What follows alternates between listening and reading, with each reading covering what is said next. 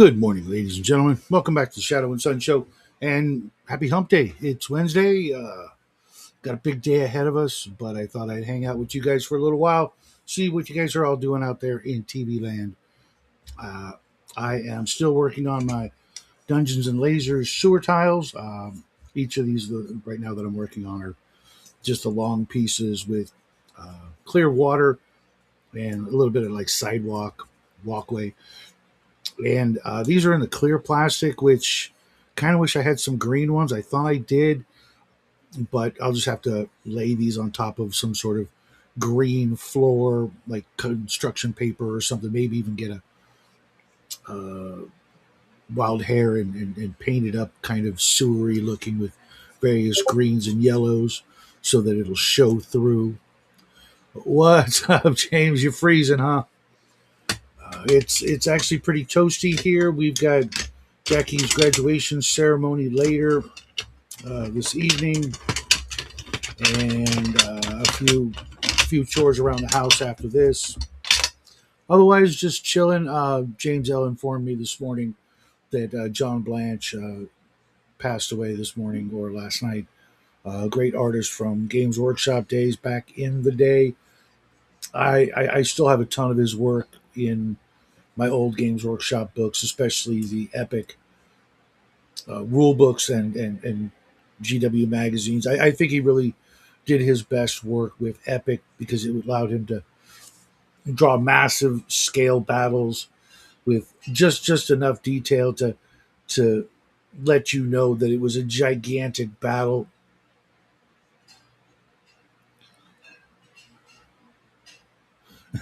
Buying a do not disturb sign after sending gold paint across the room.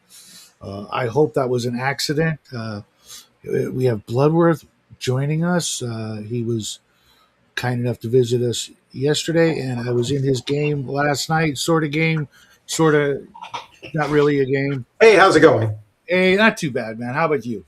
Good, good, good.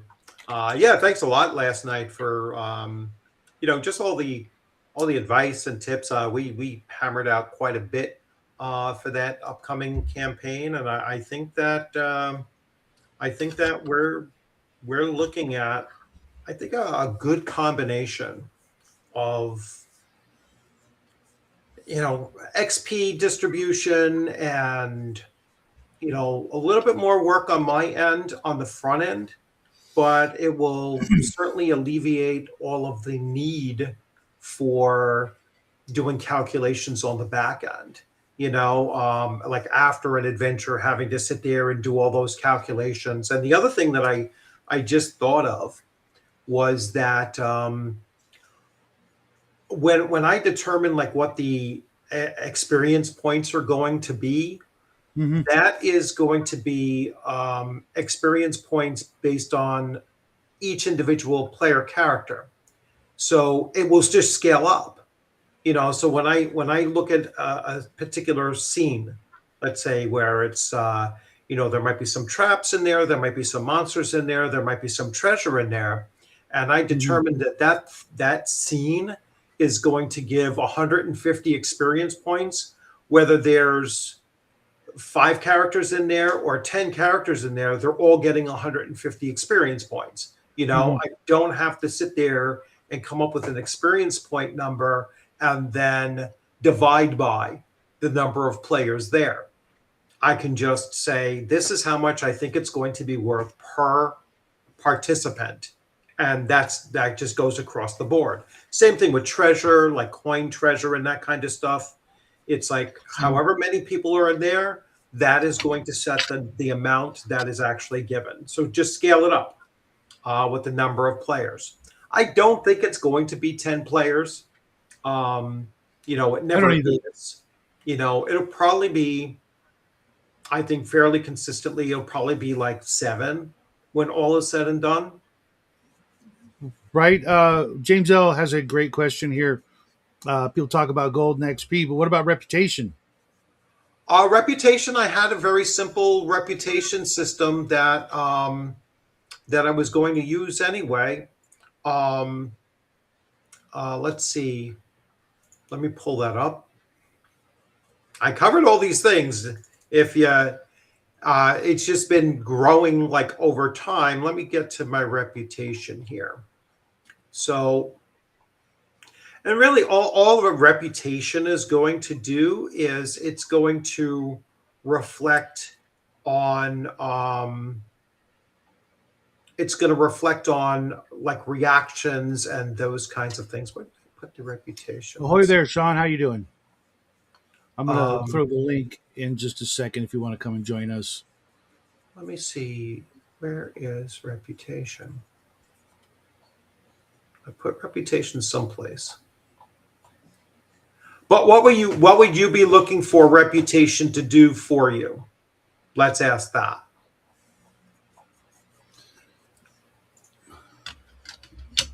Yeah, I don't see where I put the reputation at this point. I had it someplace in there. But what were you thinking of using reputation for? That's for you, James. There's the link. If Sean would like to join us. Personally, I think it's like kind of like he's saying. If you travel, 400 or 500 miles away from where you're famous, your reputation may not precede you or follow you. Oh yeah, yeah. But again, like what mechanical benefit of reputation would you expect to see? Well, I can see it like in the old days. My dad had a gun shop, and we catered to police officers. And back in the day, it was well known that if a police officer walked into a donut shop, he wasn't paying for his coffee and his donut because his kind of his reputation may have followed along with the badge. I could see that you walk into a tavern and your reputation is such that somebody there is going to want to Mhm. pay for your meal just to be able to rub elbows with you, or a shopkeeper's like, oh, you're coming to my shop, for something. Well, I want you to not quite wear my logo everywhere you go, but definitely if anybody ever asks you, tell them where you got your sword or your armor that saved your life in the last battle, kind of thing.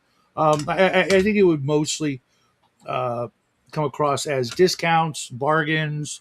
Yeah, Um, that's. I have it here. I'm sorry, I do have it here. I was looking for it, and I was like, so what's PC up, George? reputation Hope you're feeling better, system. buddy.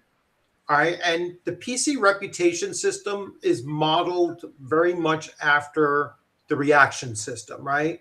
So, and the reaction system, I want to say this was pulled from OSC. So basically, so here's how reputation works. So let me find it. So it starts with your charisma mod plus level plus earned reputation equals your reputation tier, right? So on a 0.5 or less, this is percentile. On a 0.5 or less, you're unknown, right? Mhm. On a 6 to a 25, there's a slight chance of knowing the PC. Roll below reputation, you're still obscure, right? Um, 37 to 64, you're moderately well known. You're going to get a +1 on reaction rolls, and you're considered kind of like a neighborhood hero, like or a city block hero, right? Um, 65 to 75, you're known by most and positive, +3 to reaction rolls, and you're like a city quarter hero. So like you're more of a Folk um, hero. yeah. Well, no, just for that particular quarter. So like if you're in the if you're a thief in the thieves quarter, right, you're going to have a great reputation amongst other thieves, obviously, in that quarter. All right. Now it might extend elsewhere, like but you're not going to have that same +3 reaction, everywhere that you go. At 76 to 95, you are well known and very friendly. +5 reaction, you're a citywide hero. And then at 96 or above, you're a local hero status acceptance by most +4, 7 reaction, you're a regional hero. All right. So that's where you really start to become, you're well known throughout the entire region. Uh, will there be global? Maybe at 100. Um, At 100 reputation, you might be global. You'd have to actually be a global individual in order to have global reputation, though. I don't think anything will get beyond that point. Um, but earning reputation is completion of an adventure is just +2. Defeating a major foe is +2. Defeating a significant threat to the overall community is a +3. So I gave one example here, right? If you have a level 10 Lord with a charisma of +2, and they've completed 10 quests with an average distribution of your reputation, about 5-point average from doing those 10 quests, they would have a 62 to 82 reputation, which would be either known by most or even well known by many. All right, you'd be a quarter, a city quarter hero or a citywide hero by level 10 and everything. That's taking the 10 and adding in that extra 10 percentile to your thing. Otherwise, you would still just be a neighborhood hero having completed 10 adventures, but at a lower level. So it's, and like you said, the reaction roll is going to affect your pricing on items. It's going to affect whether they give you information freely or not. It's going to affect their overall reactions. It's going to push your reactions to more positive than negative. okay, not to get too deep in the weeds. It sounds to me like this is, for lack of a better word, very human centric. If you were to go into an elven quarter or a dwarven quarter, or you're dealing with, unbeknownst to you, hidden cultists or assassins or a Mhm. rival thieves gang, someone at the opposite, assuming the players are the good guys, how are the bad guys going to react? Well, Are you going to it'll reverse? be the exact opposite, Okay. right? So if you have somebody that is diametrically opposed to you, Hmm. then, for whatever reason, Hmm. then it is going to be the exact reverse. So if you have a high reputation with gnomes, all right, with an Hmm. gnomish faction or a gnomish guild or whatever it is, and you have a very Hmm. high reputation with them, let's say a +5. Well, dealing with goblins, because goblins and gnomes are just absolutely hateful to each other, or they attack on sight. You're going to have Hmm. a -5 reaction from goblins, and their Okay. reactions tend to be pretty low to begin with. So you're That, definitely that, that, in the attack on sight range with that. that seems kind of obvious, and I had to ask it Yeah, because then, um, what about alignment? I know the party's going to be made up of yeah, different alignments. I am less concerned about alignment being more than just a. I mean, I couldn't care less about alignment, to be honest with you. Even if you're a priest or a cleric or a paladin, your alignment is irrelevant. It's how well do you adhere to the domains of your deity. Hmm. All right. If you're following a deity of you know James. loyalty, light, healing, and and crushing your enemies, all right, every single day, your cleric or paladin should be loyal, Spreading the word. showing loyalty in everything that they do, spreading light, casting light spells where there is darkness, healing people that are worthy of being healed, crushing your enemies at every turn, never backing Hmm. down from a fight against an avowed foe. All right, that's more important than, oh, I'm lawful good. I have to be like show, Well, demonstrate. how a What lawful I guess I good, should which have. is too ambiguous. But the common man and the citizenry of said town, village, whatever, you know, a lot of people, adhere to the, most humans are just neutral, not like true neutral, like druidic neutral, but just neutral, don't give two shits, as long as they get their three squares and a roof over their head, they're Yeah, good. I would say I most could, are most in order for a functioning society, most have to be anywhere from lawful neutral to neutral good. You know what I'm saying? To have a functioning absolutely. society. The idea that they were pure neutral is kind of a cop out, in my opinion. Yeah. I think No, it's too it's no, it's too vague. yeah, they're typically going to be lawful neutral. They're all going to have a sense of without order, and that's what I mean by lawful is, without social order, then the whole system collapses. And if you're not at the very least trying to be as good as you can, society is going to collapse. I totally agree. If you look at, Yeah, the pilgrims that came over here, they were yeah, all trying to adhere to a lawful good alignment, nationwide or statewide or whatever. right. But there are places that are known, you know, for not being that at all. Maybe even the Right. Yeah. opposite. If you're in Shadazar the Wicked, the Mhm. city of Shadazar the Wicked, all right, there, the most common would probably be chaotic neutral. All Mhm. right. That would be the most thing. And it is basically a den of thieves. All right. Everybody looking out after themselves. It is on the very verge. And the only way that there's any semblance of order in that city from the city government is that they're lawful evil, right? They are ready to crush anything with great severity and without remorse, any kind of a glimmer Transgressions. of uprising.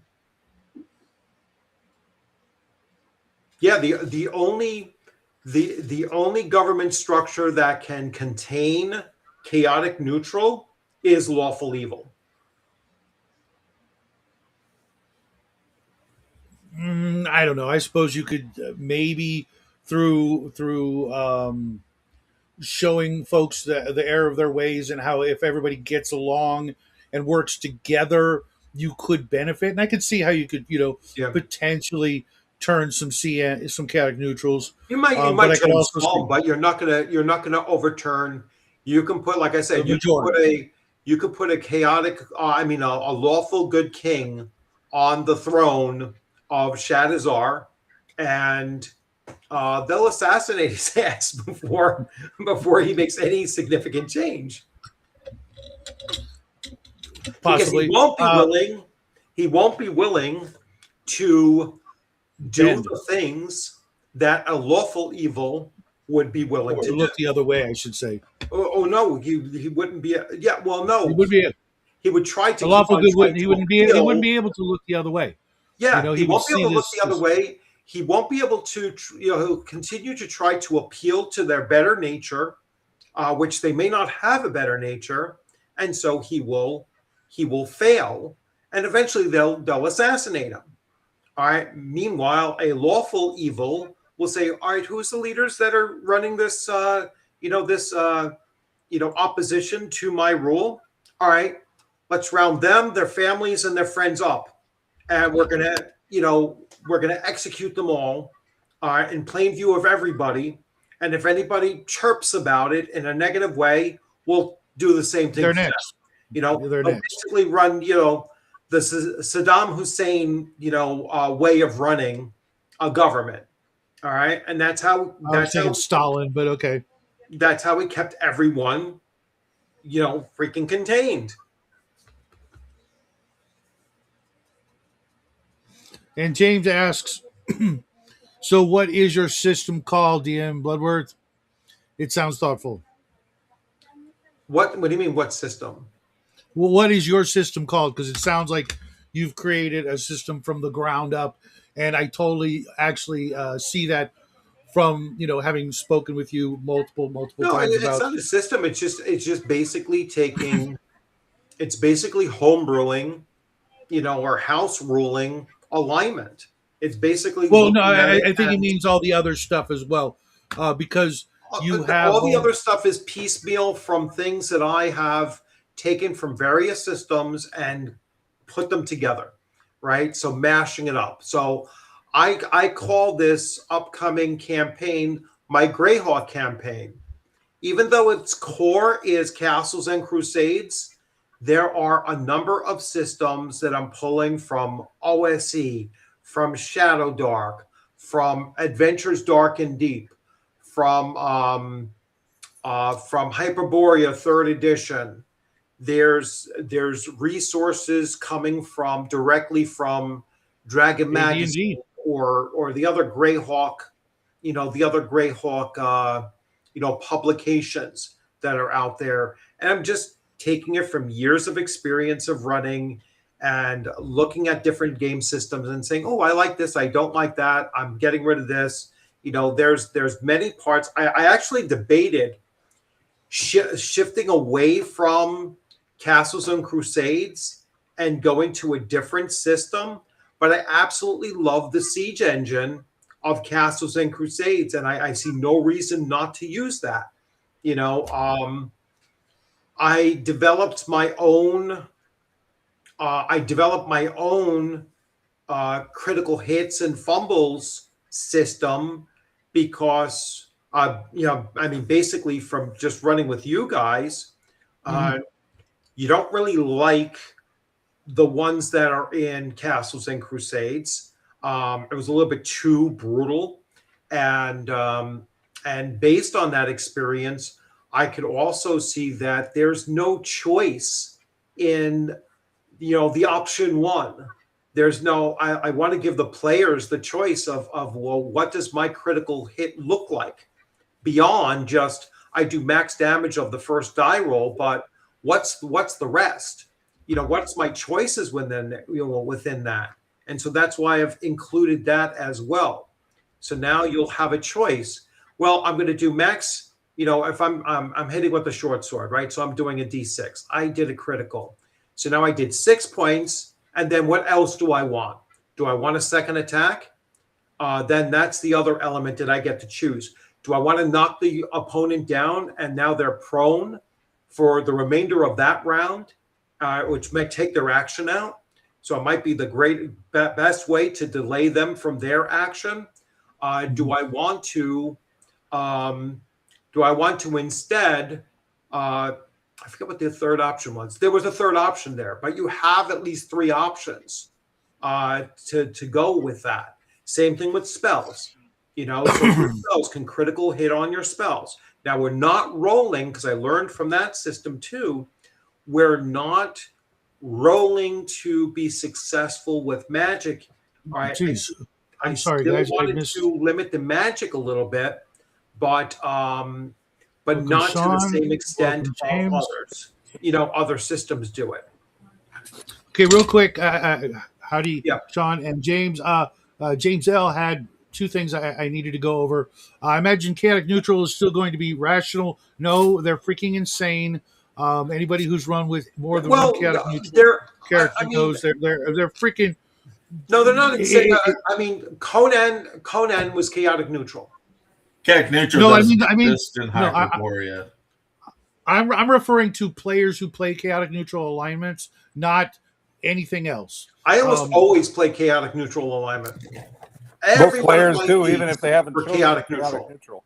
Same As as Yeah, when I see a player playing chaotic neutral, I know they're going to be a problem right off the bat. thank you. I almost always play chaotic neutral. Every thief I have ever run. But Has as been I chaotic said in neutral. Hyperborea, there is no chaotic neutral. Doesn't exist. I know, but I don't bother with alignment systems in most games that I play. Yeah, I me neither, absolutely really. do. Yeah, same here. However, most of the games I play actually use a sliding scale. It's like we're keeping track, of your evil and good deeds and see where you line up at the beginning or end of a game session, because That should be character only. players are so bad sometimes at maintaining the alignment. It's like whatever suits them best at the moment, and Right. what they can Chaotic get away neutral. with. That's chaotic neutral. That's chaotic neutral. That's what it's like. That's chaotic Right. neutral. It's However, self-serving. Chaotic neutral is if something. you're Now, you running don't have to be 100% all the time chaotic neutral. All right. no, because But then you'd be lawfully chaotic. I'm referring mostly, I'll be honest, to Rangers. Rangers should be good. Okay. Well, in Um, AD&D, yes, they have to be. yeah, good. AD&D, they have to be chaotic. They have to be chaotic good. the idea a of version Ranger. good can be any good, but it can be. Oh, Good. it can be any good. Yeah. I thought they could be it- lawful good. Paladins, No, they well, absolutely can. It's just No, weird. I didn't know that Rangers could be lawful good. Yeah, they could be any good alignment. And I know barbarians and- cannot be anything but a variation of chaotic. correct. Well, no, they can be any non-lawful, but they don't have to be All right, chaotic any non-lawful. or neutral All right. or neutral good or Yeah. whatever.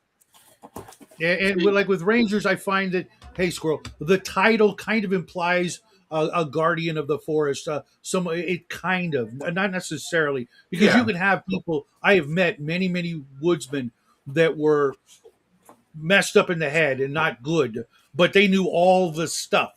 But I'm pretty sure when they get to like 7th or 8th level, they're not getting any druid spells. Just saying. Right. For the most part, alignment in a lot of games is meaningless because there is no consequence other than, like in AD&D, if you start straying from your alignment, you're losing levels, which is Yeah. a great way to remind them, hey, you're dipping into some territory that's not what you started out as. And Well, you even know, if the you agree- consequence isn't Yeah. mechanical, it's something imposed by the DM, it'll have meaning. Right? Yeah, that's why I like domains better. I think domains are far more descriptive. They're far more. What do you mean by domains? Tied to it's tying your actions, by nomenclature to your deity.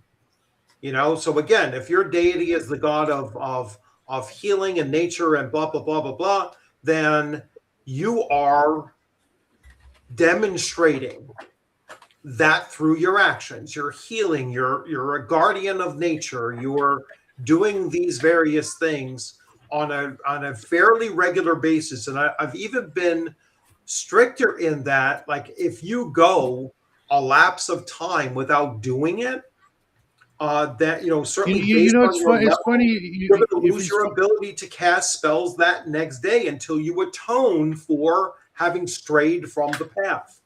I think I've stumbled on to something. You guys let me know what you think. I find that in our fantasy world, there is absolutely no doubt whatsoever that the deities are there, they exist, and you better toe the line. Depending on who you are and what you've more or less promised or agreed to do and how to behave.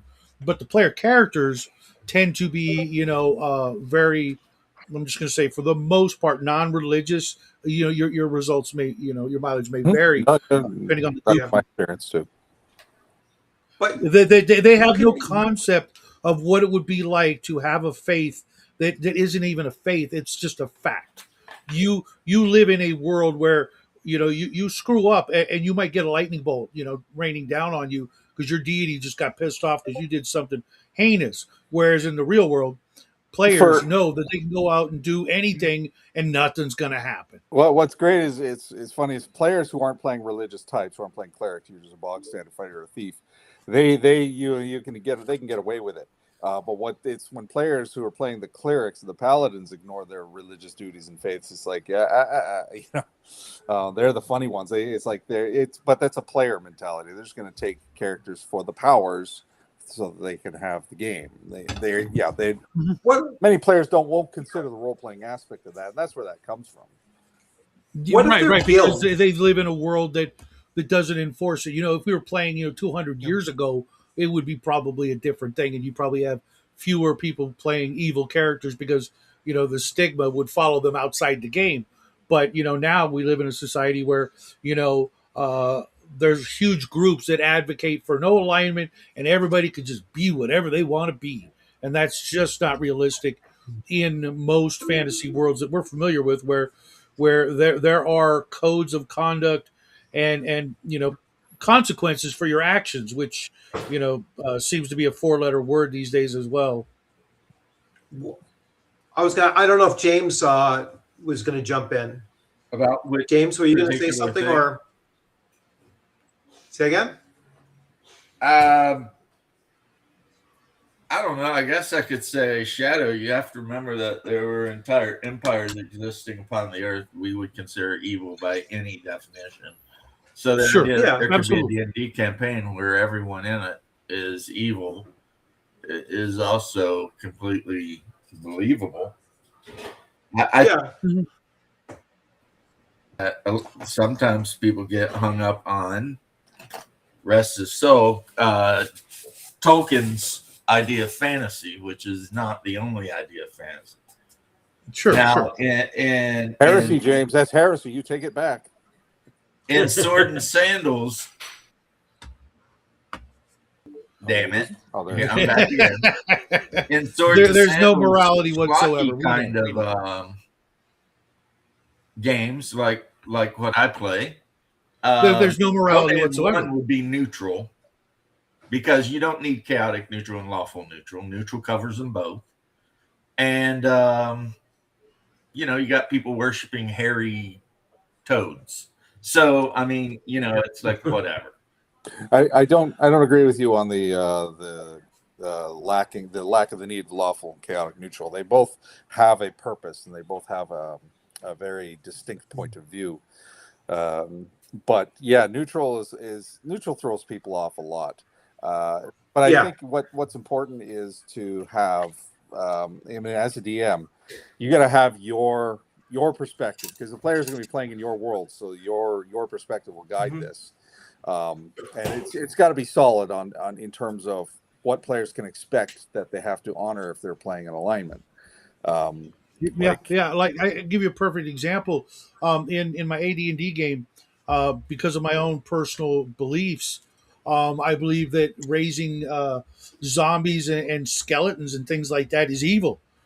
Even if you're using it for a good intent, I think that's just despicable, disgusting, and eventually you're going to cross that line from neutrality to Well, that's evil why- because it's an evil deed. And that's even Why outlined in the typically book. necromancers are evil. It's Right, like, You'd from be a- amazed at how much flack I get over that Bloodworth. How many people insist that you can be even good, and the only good necromancer we all know was Professor Orpheus, Dr. Orpheus from the Venture Brothers, and that was a comedy, so it flew. Otherwise, all necromancers are some. I want to form get of back to something you said earlier, and with in a fantasy world like a D&D world, and basically all of the D&D settings had this where everyone didn't just believe that there were gods, they knew that there were gods, right? So to be an outright atheist didn't make any sense, because it's like saying the wind doesn't blow. It's like, no, it's a known fact that the gods exist. So could you be non-religious? Yes. Could you be an absolute non-believer that gods exist? No, it doesn't work in there. So how do you get them to attach to, like, they might specifically say, well, I don't, my character doesn't follow a particular deity. All right. It's really simple. But I would say this is probably not the table for you. Yeah, well, no, maybe the guild does, though, and you're a thief, right? So you're playing a thief character. You say, well, I don't care about following, a thieving god, all right. But your guild master is going to make sure that you're tithing, all right, with some of what you stole, and that you're adhering to some of those domains as well, and force you to do those minor steps towards showing some devotion to it, even though you yourself as an individual are not religiously oriented. Well, that's Right? step one Force too. it upon them. I mean, from a role playing perspective, then you can start really messing with the player and adding in a fanatic guild master who's requiring that all of the members be baptized into the faith. What's up, Upgrade? And and once you're baptized into the faith, like that, he's got dominion over your soul. And what does the player do at that point? I don't want to baptize to Mask. He's a piece of shit. Yeah. I'll pay my tribute to Mask, but I don't agree. Yeah, but again, like I said, they might say, well, I don't want to be, I don't want to have this as part of my thing. I want to be a neutral aligned and have that totally meaningless and not, kind of a scapegoat out of having any kind of a moral responsibility or have any kind of a code that they follow. And just I would follow up that with why. Why do what? Why would a player go that route unless it's reflecting their own real world beliefs and they want to try to insinuate them and get away with not having to do the hard.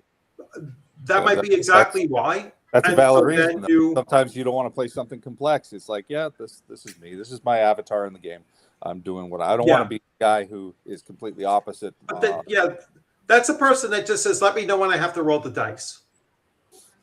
Or doesn't know what he wants to do. Like sometimes characters like that start there a blank canvas, and then the experience in the game will give them a focus on the character and they'll make choices. So, I mean, I don't usually question my players' choices to on alignment or character. Let them figure it out. Some players come into the sit down at the table. They got to focus. They know what they want to do. They know what they want to be. Great. Others, they figure it as they go. The same with alignment. If you want to be neutral is the great alignment for people who don't know what alignment they want to play or don't know how to play alignment. Yeah. You are what you are. If you're neutral, you are what you are. You don't have any particular devotion to the tenets of goodness or evil. You're nonpartisan. It's just like, okay, we're coasting. I'm going through life. I'm a soldier. Well, great. That's why. Give me a sword and I'll fight for you. That's what I do. That's the neutral perspective, right? I think what he's saying though is right. You could not worship the gods. You could even actively hate the gods, but 100%. I agree. Actually, say they don't exist. Now you could argue what they are, though. Right. Like in Hyperborea, it would be easy for a character to say, "I don't worship Yig because he's not actually a god." Right. He's a powerful being. Nobody's denying. He's a powerful being, but I deny your status as God, and that's a fair perspective, and it'll still earn you enemies, and it'll be an interesting choice to make in a role-playing game because that gives. It would be because every Yig worshiper is going to hate your guts. And the other thing I wanted to bring up is this: I have a hard time imagining a world where Thief wouldn't, even if they never ever walked into a church. Deep down in their heart, before every mission, they're going to say a little bit of to Mother Luck or Rand, the god of thieves, or whoever. They're going to be like, kiss the ring and be like, "Look after me. Here we go." Offering tribute isn't worship. Right? I actually find that more endearing and more fun that if you had a thief that was just a little bit religious, it makes that character more alive and more believable and more fun than because I'm seeing so much of it lately. I don't care what your cosmology is. I don't care. I don't want to know. I'm not wasting 1 second of time learning your world. The wrong people, Shadow. Yeah. There isn't going to be, in my worlds, there would not be a single thieves guild that does not have a shrine to the god of thieves. And James, I'm not necessarily talking about my players at all. Good fortune or whatever. That's like expecting sailors not to give tribute to the god of the sea or the gods of the sea before they set out on a voyage. It's just not something that they would do. Like they say, there's no atheist in foxholes, right? When they're going into when they're going into danger, and they know in the world that there are, there are these, powerful beings that could give them favor. Crom wasn't on. Crom wasn't a wasn't. What was it? Not unforgiving. Uncaring. An uncaring God. And yet, what did Conan do?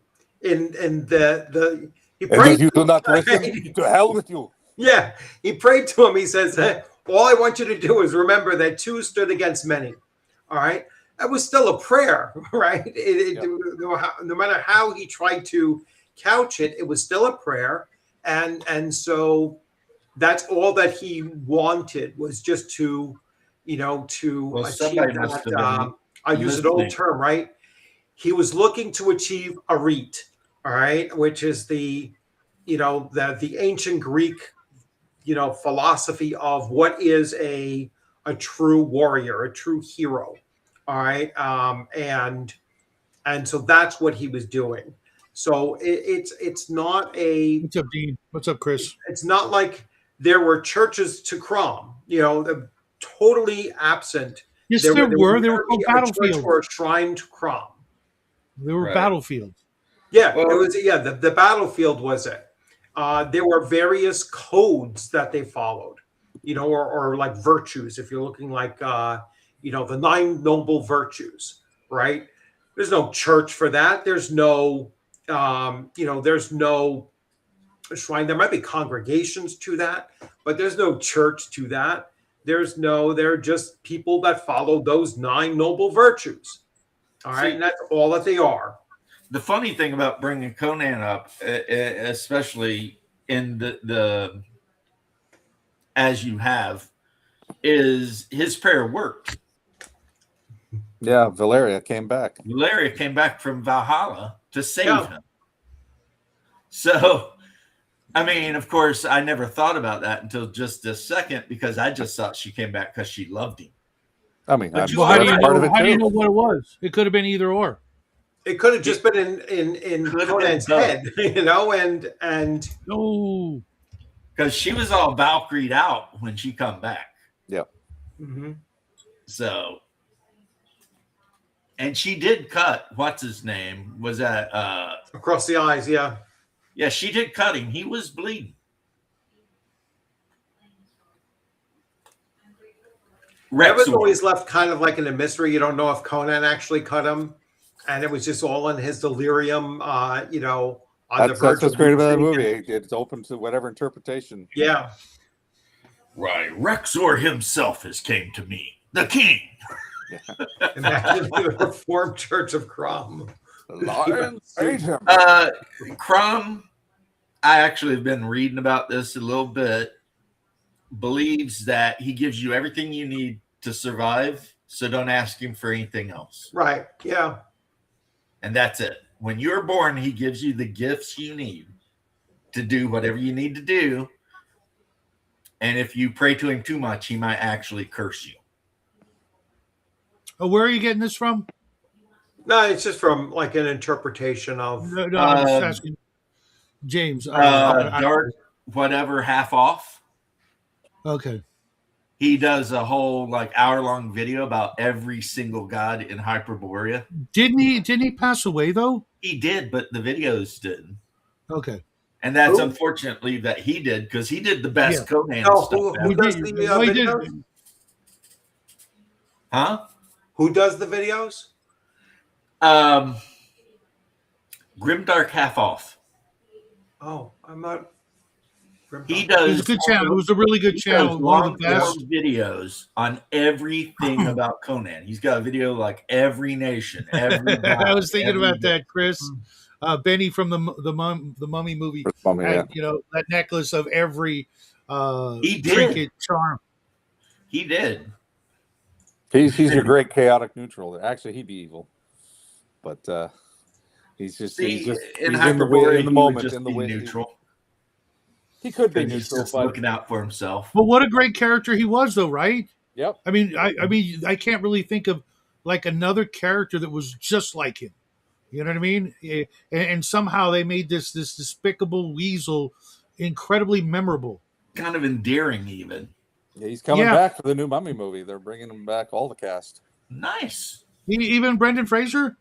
Yeah, everybody. Yeah, and Okay. Rachel Weisz. They've got the all original cast.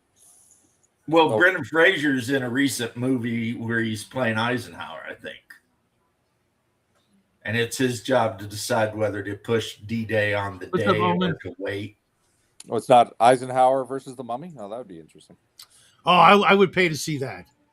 I don't. Is he playing Eisenhower or is he playing the general? General Eisenhower. Yeah, I think it's his job to decide whether they go on D-Day on that December or wait, because there was a storm, and it's just a drama about. Brendan Fraser's a great actor. Let's just move on from that. He's a great actor. Yeah, I was sorry to see him disappear for the length of time that he did. He got Glad hurt. he's back. Yeah, that's what happened. It was. Hurt. He was like one of the few like new actors at the time that you could get behind and feel safe that he wasn't on, a certain list. Just saying.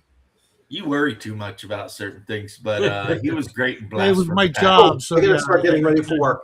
I'm gonna leave you running. I'm just gonna take care, man. away for a few. Good to see you. I'll give you the hours. The time that you need. get you up to that 4,000 hours. I'm trying. So yeah, I'm having a feeling that my morning video is probably going to ruffle some feathers, but we'll see. Oh, your morning? I watched that. No, that was legitimate. I mean, you're coming straight from, I'd say even more so than secondhand. I mean, it's not quite firsthand. It's like half hand. You're, I'll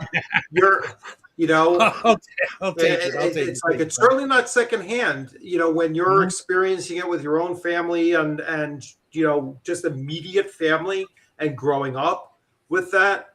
Thanks. That means a lot. Secondhand is if it's like you're not living in the same house. You just know that they live next door, kind of situation, right? Or not when you're the caretaker of it. That's almost firsthand. That's practically firsthand. That's except like that movie. I could always go back to being white. Yeah. But anyway, hey guys, I will be listening as I drive. And have a great day, buddy. I'll probably still be running by the time I get to work, so I'll talk to you all later. Take care. Shadow, what happened to you yesterday? Pardon? What was that? What happened to you yesterday, Shadow? I don't know what you mean. Well, I tried to log on at like 1 o'clock, and it said that you weren't even in the room. Oh, because the show only ran for about an hour. I want to say a little over, and then I just left because there was nobody but me. We'd already been talking for like an hour, and because Jackie's home and the wife is home, getting ready for graduation and stuff. I just didn't run 2 hours. I if you would have popped in, I would have extended it another hour.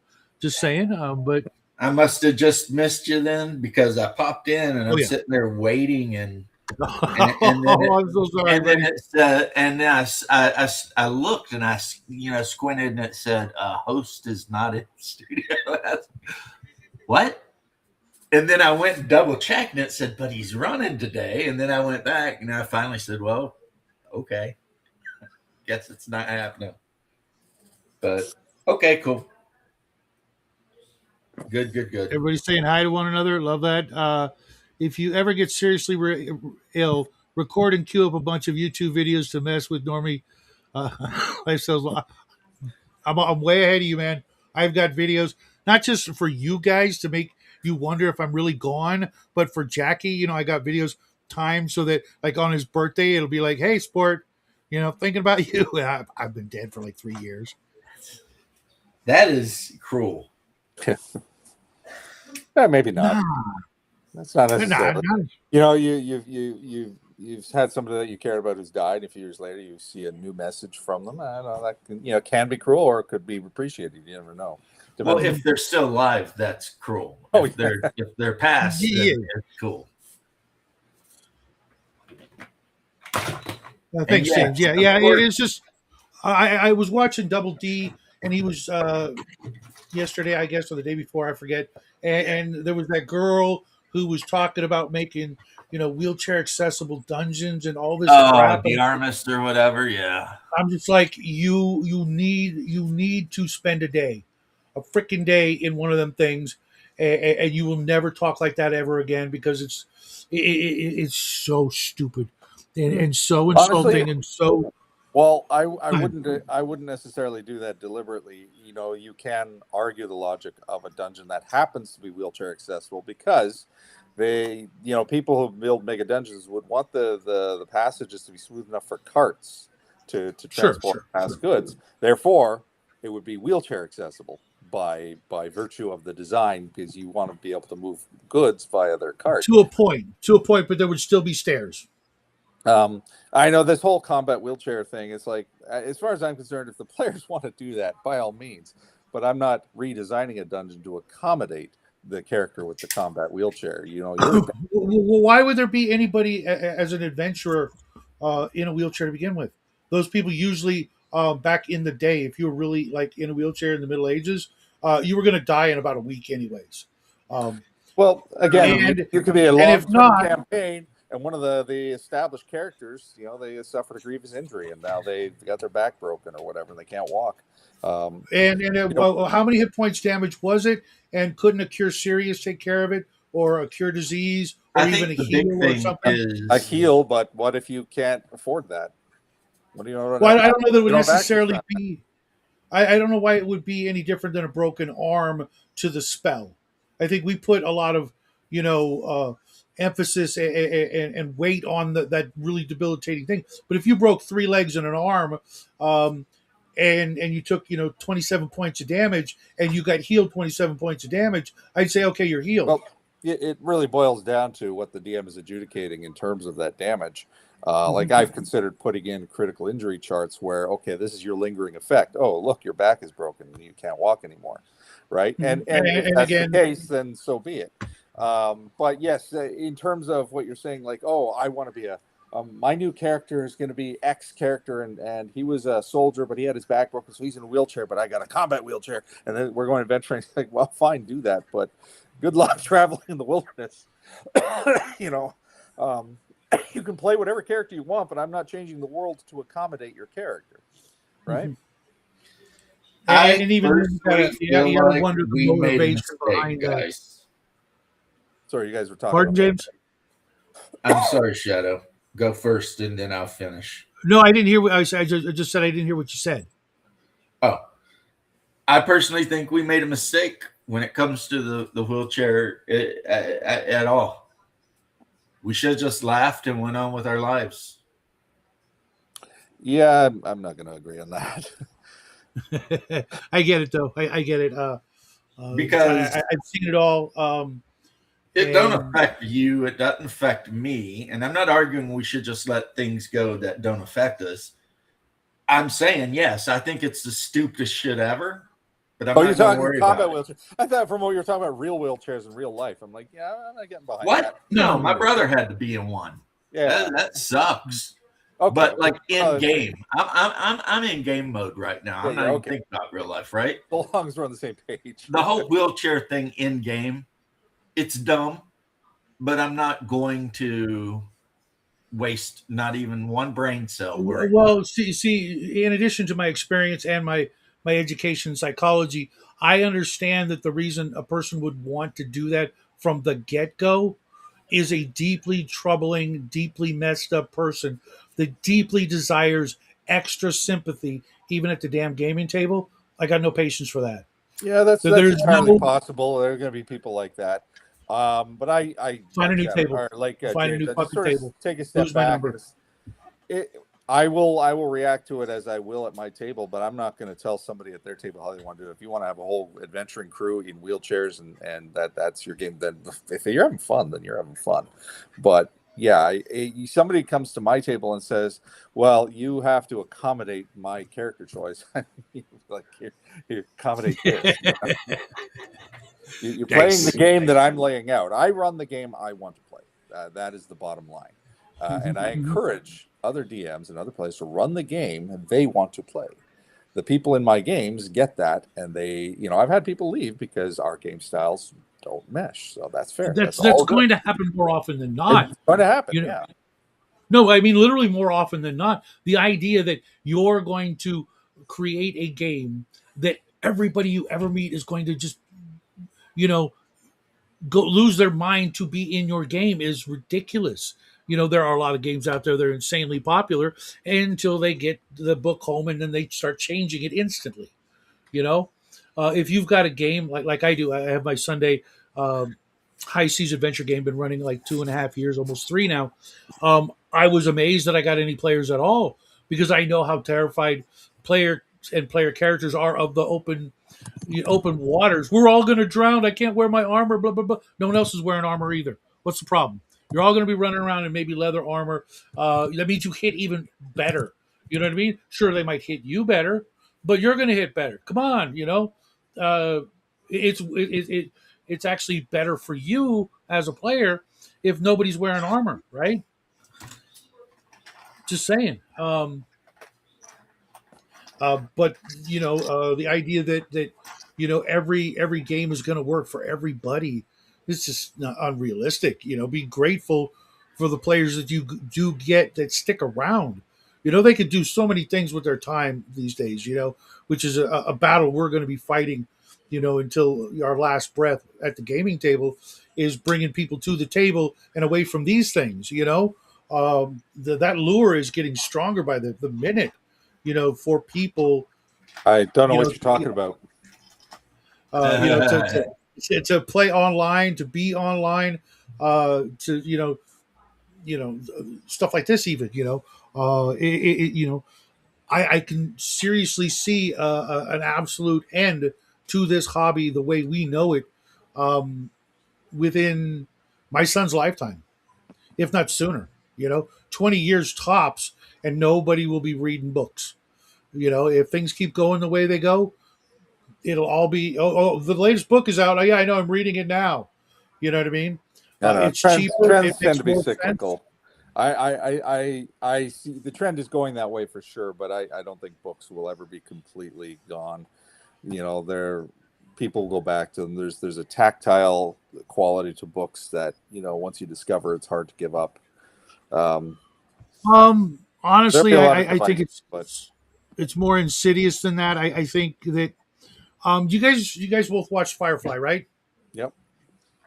Okay, remember the Lassiter, that laser gun, that Yep. rare weapon from Earth that was and the worthless, rich guy who had all that stuff in his museum in his home of Earth that was and things like that. I honestly think that there are people out there that would like the world to be like that, so that they would be the only ones having material possessions, and everybody else just lived out their peasant life and did what they were told, and that was it, and they got to lord over their minions, and there will always be people like that. There are people like that exist now. There have always been, but now we're like, it's like we're barreling down a road where that becomes more and more likely for some, and less likely for everybody else.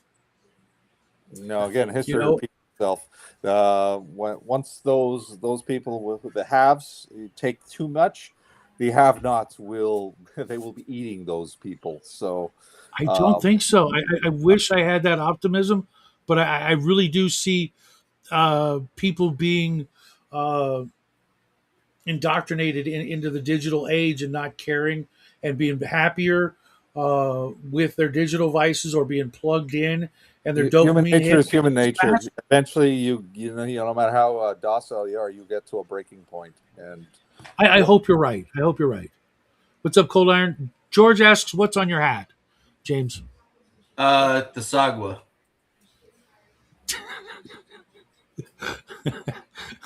Okay. No, this is a North Wind's official hat for Hyperborea, 3rd edition. You're really leaning the Hyperborea. Okay. Been running it for 6 months. Dude, he lives and breathes. He lives and breathes that. Just ask the pundit about that. He'll tell you all about that. It's not a criticism. I'm just Last time I No, talked to you, you were awesome. going back to OSC Advanced. I did run OSC Advanced for a while when we talked. I think it was Double D who was talking about Hyperborea, and I'm like, well, I own that game. So I actually looked at it, and I was like, this is kind of cool. It's basically Lovecraft, but with sort of D&D rules. And Sorcery, yeah. so I get that me Cold Iron, just but great, you know? Yeah, I get that about vinyl, but I just I can't find a used bookstore to save my life. The nearest used bookstore from where I live right now is about 150 miles. Now, Shadow bought the player's book and completely, for some reason, hated it. Well, you know why I hated it. Because you didn't buy the referee's book, which had all the I information. shouldn't have to. As a player, you tell me I'm going to play a science, sci-fi, fantasy, sword and sorcery, Gonzo kind of game, but I can't start the game out with anything sciency. It's all just D&D, and I can't start with a, even a black powder gun. I'm like, No, where's the science? We're not playing Gamma World. He's talking Hyperborea. I know. But I'm if you talking tout Hyperborea, he's talking Gamma Squirrel. World. If you tout the game as science, in sorcery, where's the science? Oh, you get it if you find it. Well, I can't start out with anything. There are a million games out there that can start with both, and I would think that maybe I can start out as some dude who's got a piece of cool equipment, or someone who has some scientific knowledge, something. But no, it's just D&D that happens to be in a world that you might someday find some technology. Maybe if the DM's up for it, but he might not be. I like the idea that the Spartan in my player, group has a laser gun. He doesn't That's know cool. that he's only a couple shots away from it being empty, but he does own one. Welcome to the show, Squirrel. I'm only here to momentarily interrupt. Momentarily interrupt. James was showing off his cap. He was showing off his hat. Look at that bad boy. A hex hat. It's turtles. I I had to get it. It actually looks nice. The colors and the pattern, it actually looks better than my face. It looks nice. Well, I don't have a hat to show off, so I'll just show up my mop of gray. I love it. Oh, mop it up, baby. Mop it up. I love it. I like doing the long hairs. You've all seen me. You've all seen me. So, No, I'm way too. so early. basically, Shadow I love you guys. is out of his mind. That's basically the takeaway. How do you figure? Because you won't play a game where you start with the best treasure in the beginning. Oh, I'm supposed to pass on a message to Shadow from Zadarok. We have 10 used bookstores within a 30-mile radius of where we live. Okay, rub it in. You want to go do some shopping for me? I'll send you a big fat Give us check. a list. All right. No, for real. Give us a list. If we can find something you're looking for, I'm done. No lies, guy. No lies. If shoot me a list, you know how to get in hold. Come on. Okay, I'll do that. We'll look around. We'll take pictures. We'll send you pictures. If you think it's worth getting, we'll grab it and we'll send it. I'm looking for a hardbound called The Ninth Gate. And I'm looking for an original copy of Don Quixote. Welcome to the club. Yeah, I've got an original Sherlock Holmes, and I've got an original Lord of the Rings. So Don Quixote right there in the middle. If any of you come across the Beckme Master Black Box, I don't even need the books. I just need the box to replace the one that got destroyed. Let me know. Well, I'm looking at one right here. I might be able to help you out. No lie, I might be able to help you out. Is it a reasonable condition? I'm trying to mine. Well, hold on. Let me get up and get the dang thing. Look at how much for just the box? I know.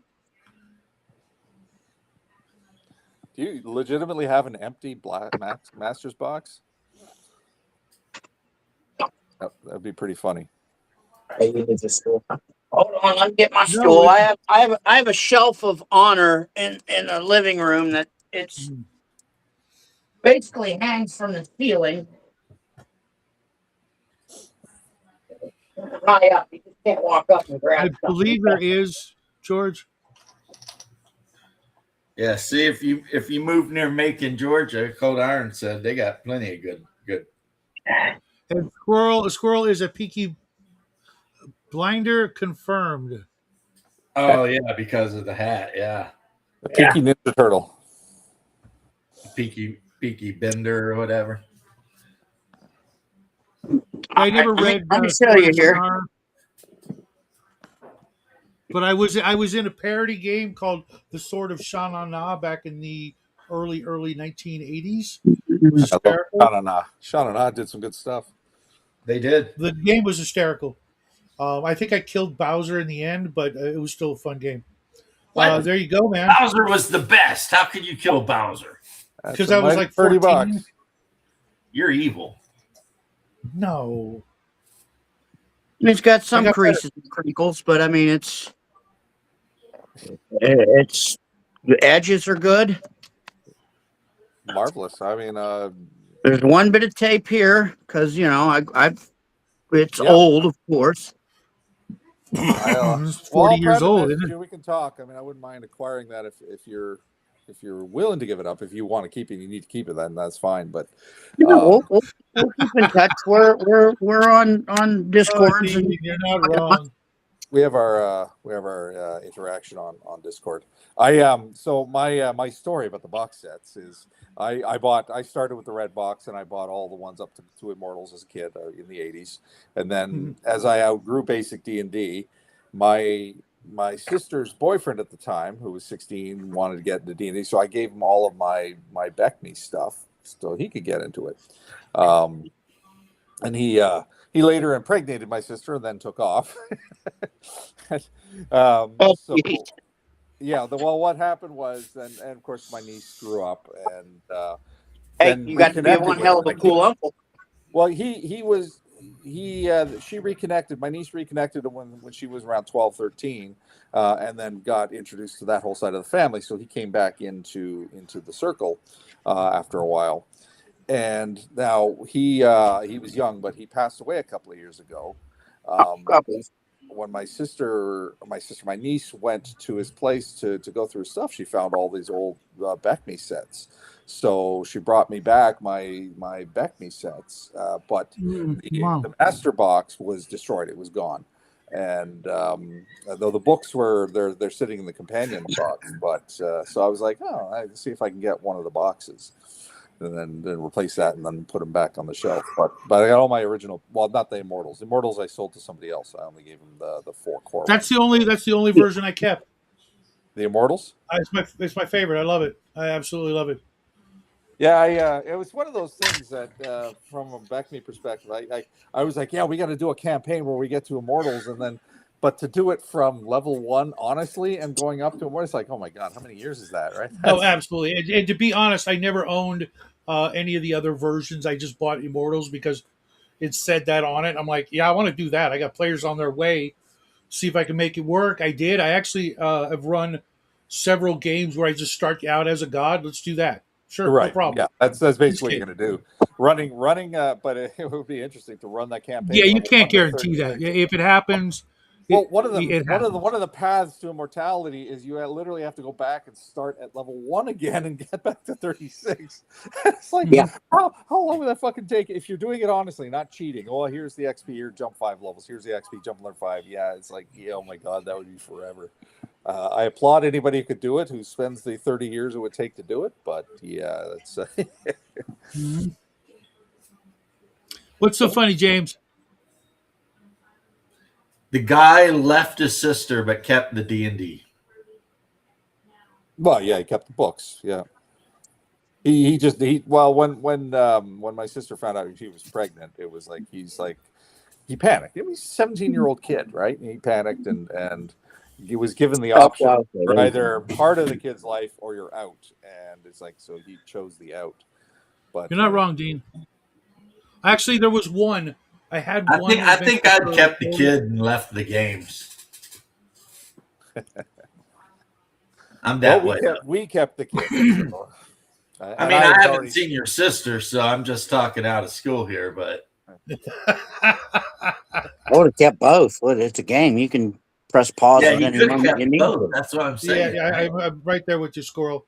As a matter of fact, I do. And But now no, he I've did got what he did, so it is what it is. It is Whatever. what it is. He made his choices, yeah. But no, and now I got a son who runs his own games. Well, my niece, I got her into D&D when she was 17. She had a good time. She played with us for 8 years, and then she just decided that she had no more. It broke my heart. She left our campaign. No. But Well, then yeah, somebody who's my heavily into daughter. D&D, and now she's got a kid of her own, and we're getting him into D&D as soon as he, he's already. But I was going to say, though, at least you planted the seed. At least you planted the seed. There. You know what I'm saying? there. Well, I mean, her husband if- would still be playing with us if they hadn't moved to San Francisco. So, but if what you said is true, Sean, history going in cycles and stuff, it's just a matter of time before she comes back to the table. it's possible. She was almost tempted. And once. welcome to the show, Doc. How you doing? Home from work today. She I does hope that's a ask good once thing. in a while how the old crew is doing, how the characters are doing. So Yeah, the seed has been planted, sir. That's awesome. That's what she said. That's what the GYN said. well, yeah, that's what her boyfriend said. But Yeah, but I mean, it will bear fruit in one day or another. Hopefully, 30 years ago now. Good. So yeah, it's I as I get older, I'm wondering, like my mom lived in a senior center for the last years of her life, and so many of them, their lives was absolutely freaking miserable, and I'm like, why aren't you playing some D&D? Yeah, we'll be jamming. We will be You know what I jamming. mean? I think we all should do a GoFundMe for us for our shared retirement home living. So we all just live together in the retirement home and meet at the table every morn after our pudding and throw some dice and be madness. I'm sure there will be some study done about how D&D wards off dementia. I hope to God you're right, because every day I forget something and I'm like, oh, is it happening? Is it happening already? Because God, what a tragedy that would be to watch some of our favorite DMs and players, forget all that and be unable to. The amount of brain farts I have at the table, especially running AD&D, which is so nuanced, and I try to run like a lot of the rules, if not as possible, and of course I run an OSE game concurrently, so sometimes I blur them, and it's like because players would die, not the characters. Yeah, but I mean, think about it. If you had the right place and the right group, etc., you'd have this library, this freaking absolutely amazing library of games. You know what I mean? And as new people came in, and old people, left, you could quite literally do something really, different, because visiting my mom every day at that place, it was miserable for those people. They just sit outside and just stare off into space. The few little events that they get together.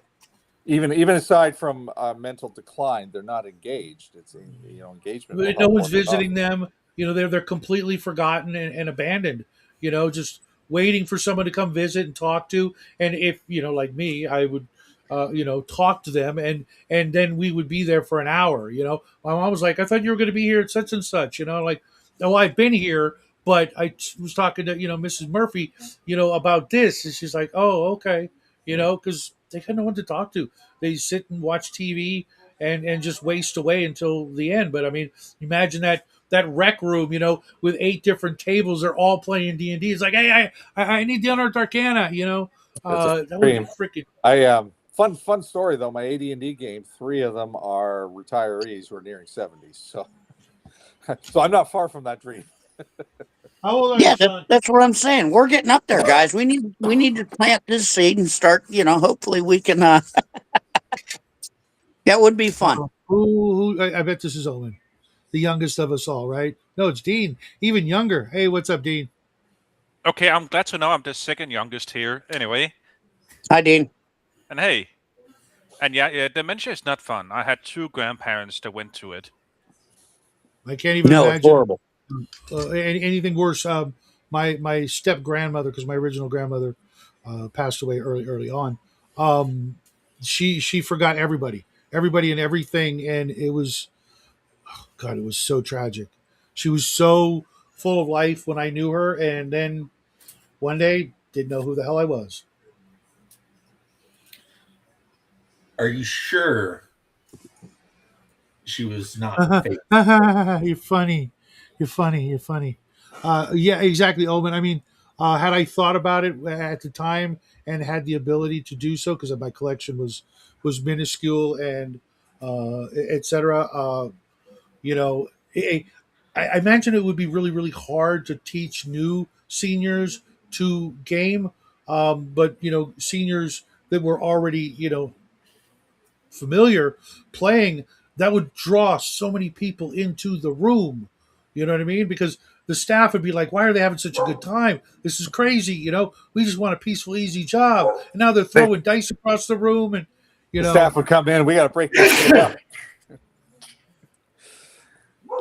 Old people shouldn't be having good times. No.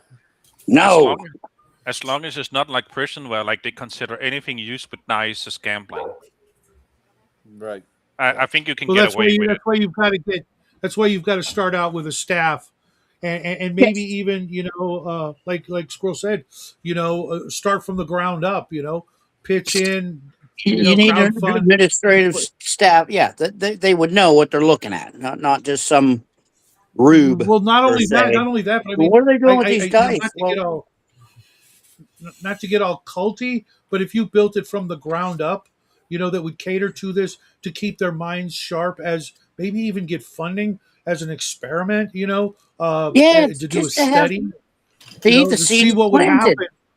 happen to your patients if it in fact had a positive long-term effect in staving off, all the We could various call this effects of research. Research, man, research. The seed is planted. You know what I'm saying? Like we could, there's potential here, because You guys other don't even want to know. and it'd be a good way to spend your last years. Having, sitting at the table like you was a kid again, like that last breath of fresh air of youth that we all had. Not together, but we all had, and it's a shared experience. And I mean, it couldn't hurt. It feels like my purpose is to just run everyone's good time. Well, let's hear it, nursing homes, because I had to clean lift stations outside of nursing homes. Yeah, all they're doing is having sex. It's so bad that we had to pull the sump pumps up to pull the condoms out of it.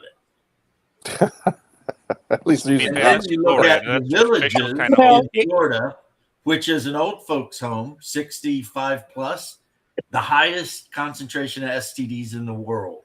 Yes, that is true. Them old people. Well, I mean, I'm definitely a straight fella, but I would, if this were to be proposed as an experiment, no distractions. You got your guys only, your girls only. If you're 78 and you've got every that wouldn't stop some planet, folks. I mean, Squirrel, age doesn't affect. Just to be fair, it's hey like, guys, I just realized something. Since we're talking about old folks home and we are talking about you guys, the people who've been old folks home would be Gen X. You guys can play vampire and have both the boys and the girls with you. Hell yeah. The saggy I never got into vampire, but I mean, some 75-year-old chick all gothed out. But you know what? If it kept folks alive a little longer and happy the whole time, until their appointed time, as it were, how can it be a bad thing? If they're freaking playing Toon, I don't care.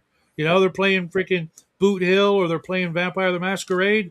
If they're laughing, on a daily basis with their friends, or their new friends that they've made at the home, Um, I could see, you know how like if you live in your state and you have to look for a place that's local, right?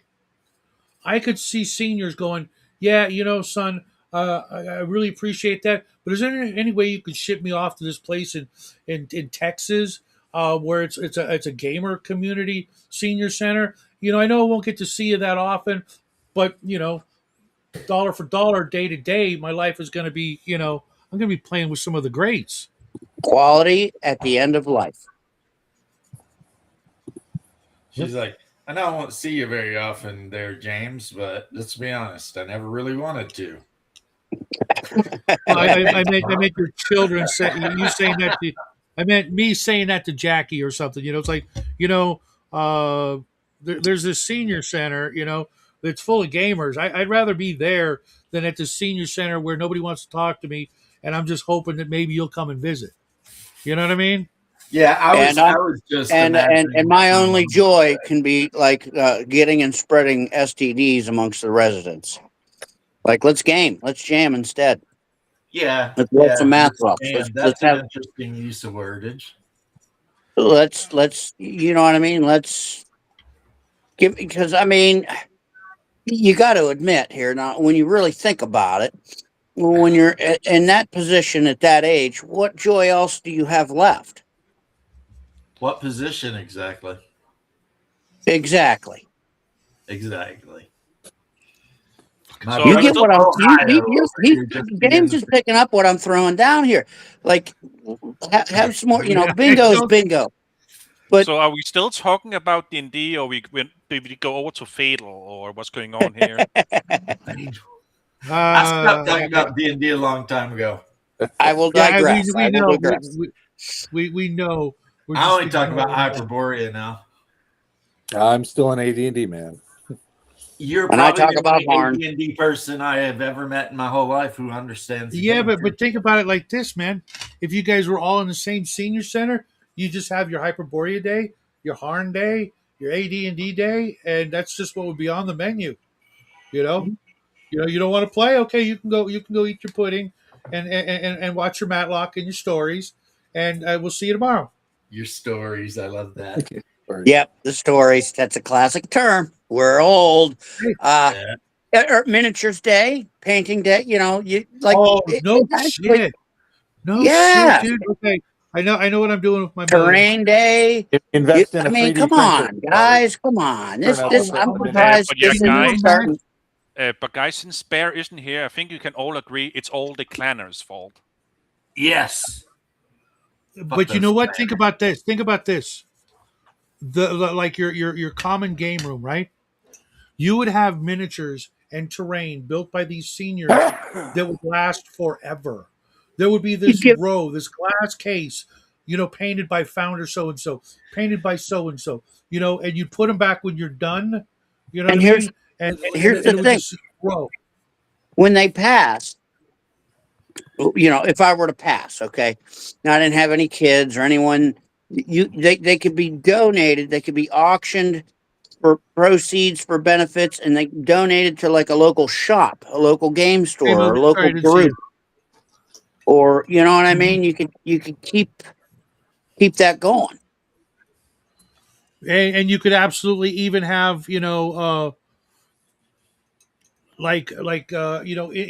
of in the hallways, just a lighthouse or a waterfall paintings, you could have art from the people who were there. You could have easily artwork. You could have all kinds of cool things that were either done by the people who live there, or your classic player's handbook poster framed somewhere.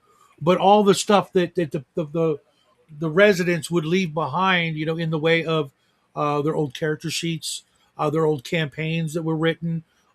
You'd have a nice little filing system for that, so that you could always go back and go, look what so and so ran. This was the game they were running right before, or whatever, and you'd literally have the seniors going through the rubbish bin looking for styrofoam and things like that. It's okay. A living, it could end up being a living archaeological dig as far as gaming. Guys, It really could. you're depressing cold iron. Curmudgeons and Dragons. I love it. Depressing cold iron. Yeah, right. Oh, all right, Cold Iron. So we could start these gaming communities and such with kids. And Well, Cold I'm sure Iron's you need latest one too. I memes, don't know my what that dog is. is helping me sneak in to apparently kidnap a bunch of hot chicks from, it looked like Condor DN. Hold on, I'm getting a phone call. Because, Okay, no worries. Okay, sitcom idea. Did you see where I posted the actual picture of the miniature that would be me? I No, took I a haven't picture seen that Cold Iron made, James of Hyperborea, Uh-huh. and went to Juju and typed it in at a 4-centimeter scale, which it's pretty expensive, but it's dead on. It looks just like me, except wearing armor with sword or an axe. Dino Laser, you know what?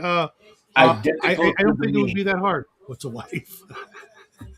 I mean, yeah, it looks identical to the meme he made. Not only that, but imagine this. Like you, me, James, Sean, you could also do your show. You could still do your show, Outlive your wife. That's the worst thing I can imagine. And Cold Iron I says, "What's a definitely wife?" want to die before she does. Well, yeah, but see, James, you I have don't that have choice. I don't want to have You're to a live. man. I don't want to have to live without knowing what to do. And she's the one that tells me what to do. See, she'd be fine. So is she like gonna put on your tombstone, "Rest in peace" until I come after you or something like that? Yeah, until we meet again, right? Well, the vow is to death do you part, so you can go your own way. I'm gonna have to make some phone calls when we're done and look into this, because I think instead of looking for a place to spend my senior years, Create your own. Yeah. I would be surprised you, there's not already a niche. I hate to say the term market for such. There's got to be somewhere, one or two. if not soon, because the people, the gamers before us, which aren't many left, and for the most part they weren't connected to the internet and weren't like all their players, their players passed away, so that's just it, it's over. They never knew, like me, that they could go online and meet new people and have new games and new friends and things like that. It probably never occurred to them, but now somewhere out there, some Elon Musk mother is going, Well- hey, I'm gonna steal Shadow's idea and make a freaking fortune, because now they'll ship people from all over the country to be at my senior center, and the whole time I'm just recording. I'm just recording all their game sessions, coming up with ideas for cheesy B movies or pop Shadow. boiler books. Shadow, I think you're going to have to apply to move to Canada, because I just did a quick search, and literally in this area where my mother lives, the retirement homes are launching D&D clubs. Okay, cool. And Dino Laser, I disagree. A wife is a pre-investment into a MILF.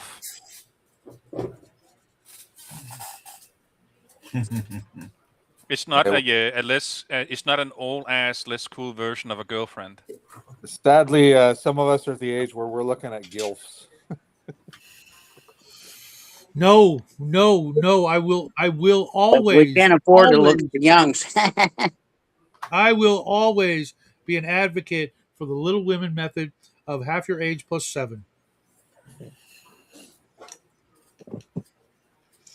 Yeah, I've heard that for dating male or female. Half your age plus 7, you'll be in the same supposed time frame that you would have For maturity. context. Maturity and context for, like, oh, I remember. Yeah, me too. That kind of thing. I remember this. Yeah, so do I. That type of. I thought it was more like life goals and compatibility. Well, that as well. You're done screwing around, and they want to settle down. And if they haven't been on the carousel most of their life, you're good. That as well. You're right. You're not wrong. I mean that's I've heard that. I've I mean, never nowadays practiced or tried that. But it makes it's sense. probably considered creepy as hell, unless you're a millionaire. I mean, they still try to make that creepy as hell. Yeah, you tell that to DiCaprio. You think he cares? Nope. Nope. Laughs all the way to the bank, and all the way to the strip club looking for his next new girlfriend. Doesn't he look for his girlfriends at nurseries? No, but as he gets older,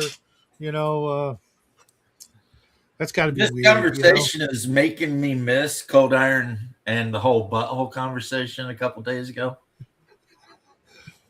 We have a lovely room for you at Tofu Gardens at the Patchouli Ward. Primal Scream is at 8, followed by Kale Smoothie and Basket Weaving. Dear God, James. That's literally what I'm going to hear when I walk through the gates of hell. Don't do that. Don't do that, man. To be fair, speaking of dementia, there are some dementia patients that have primal screams, but it's not therapy. But it's not good for them.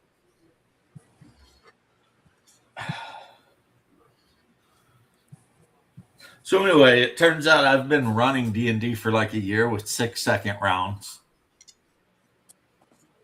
Okay. Yeah, that's not correct. I don't know. Well, where I it got is if you're running 3rd or 5th edition. Is 6 or second Palladium, rounds maybe? 3rd edition started doing 6 second, if I remember correctly. 5th edition definitely does. But I'm pretty sure 3rd edition does as well. Well, I ran both of those, so that must be where I picked it up then. I mean, if you're running AD&D, it's a 6-second segment, but there are 10 segments in a round. Right. Yes. Like I And said, I will you're say, the only one who understands that game that I know of. and I will say, mages. I don't know if you've read it or not, but the Hackmaster, not their quote unquote 4th edition, which was the first. The next iteration handles that really well by using the count. The count? How they track an initiative, 1, 2. timing. Oh God! Different count.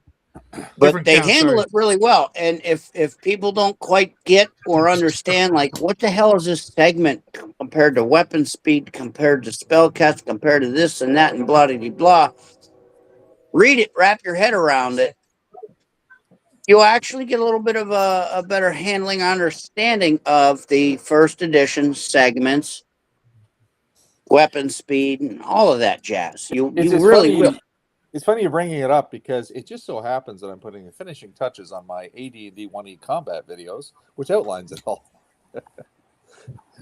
I'm playing hooky from the work to be on the stream right now, but Cold Iron, if you could find the link, you are welcome anytime. Just let's keep the butthole discussion to a minimum. Just saying. So I have good news and bad news that just hit. Uh-oh. Amazon canceled their Stargate series. It's not becoming a thing anyway. Oh, I'm broken up. I'm sorry. Yeah, it's one of those things. Like, yes, I want another Stargate show.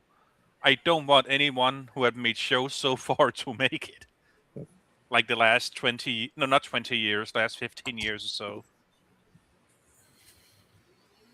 Yeah, I love the movie. There wasn't a single episode of the show that I liked, unless you count the ones that had Morena Baccarat in them. Then I could watch that with the volume off. Are you one of those people who liked the show before they removed the full frontal nudity, or what are you saying, Shadow? Oh, I just love that actress. Hmm. And I watch anything she's in. That's all I'm saying.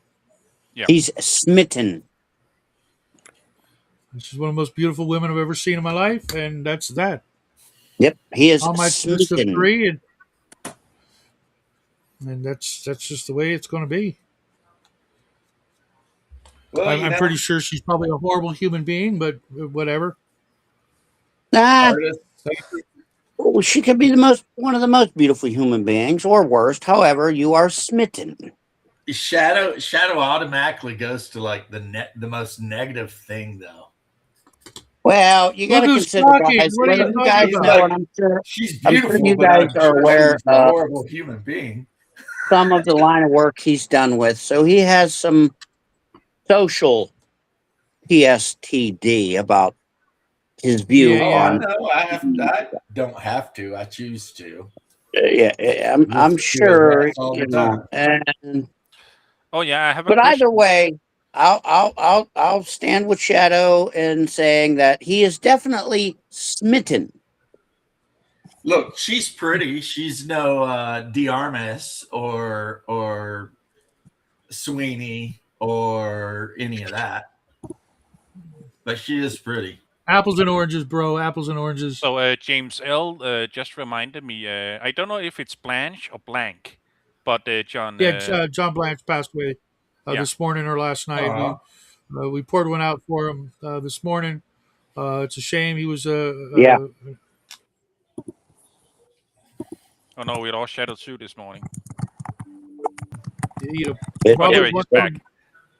probably one of the reasons I took two Space Marines and Warhammer Fantasy Battles was his art, his black and white battle scenes of just mass combat. Very good artist. Were very much like things I like to draw as a kid, in the margins of my books, just spears and shields, and then a dragon over here or something like that, when I wasn't animating. Did you guys ever do that? Take the corner of a book, and draw a little stick man animated, so that when you flipped all the pages real quick, it would be like one of those flip book animated books. You guys ever do No, that? I would get some paper and do it. I Okay. would do it in my My book. artistic skills don't even allow for stick figures, so no. Okay. Yeah, I'm like, Somewhere out there, there's some school books with a little stick man doing bicycle motocross or a motorcycle. Because sometimes I Yep. would do the smoke, and he would I did that. just doing shit like that. As soon as I saw how it was done in one of those flip books that my parents got me, or it was like a little thing in a Christmas stocking or something, I'm like, oh, I can do that. So I did. nice. That's cool. I've done it. All right, Chad, I'm going to tap out. I got to take care of the dogs. Just like they're begging. Okay, for a walk. I'm going to stick around for another to the top of the hour, and then I will bail as well. I did get some painting done, some sewer walls for my Dungeons and Lasers, Nice. and had some good conversations with you guys. And now I've got a life's goal to try to figure out how to make a senior center for gamers. I mean, Sean And already told you they already got them. well, they've got centers that accommodate gamers. That's not the same as being designed for gamers. Well, good luck. Good luck with your commune. Anyway, Yeah, have a good day, everybody. We'll see you around. I love Take you, care, man. Magus. We'll keep in touch, brother. Yeah, I'll get you that message box. on Discord. Cheers. Take care, man. So I have a question to the Elder Council here. The Elder Council. Yeah. So Oh boy. I'm stealing that. I'm going to make Wednesdays the Elder Council meeting fair enough. session of Second Breakfast. I love it. So what do you call it? Oh yeah, the phrase domestic housewife. Is there an opposite to the thing with that without the woman having a borderline personality disorder, like a feral housewife or? Yeah, I was going to say feral housewife. Yeah, sure. There's a bunch of them. That's why they're. I'm going to mind my language. That's why they're not a housewife. Mm.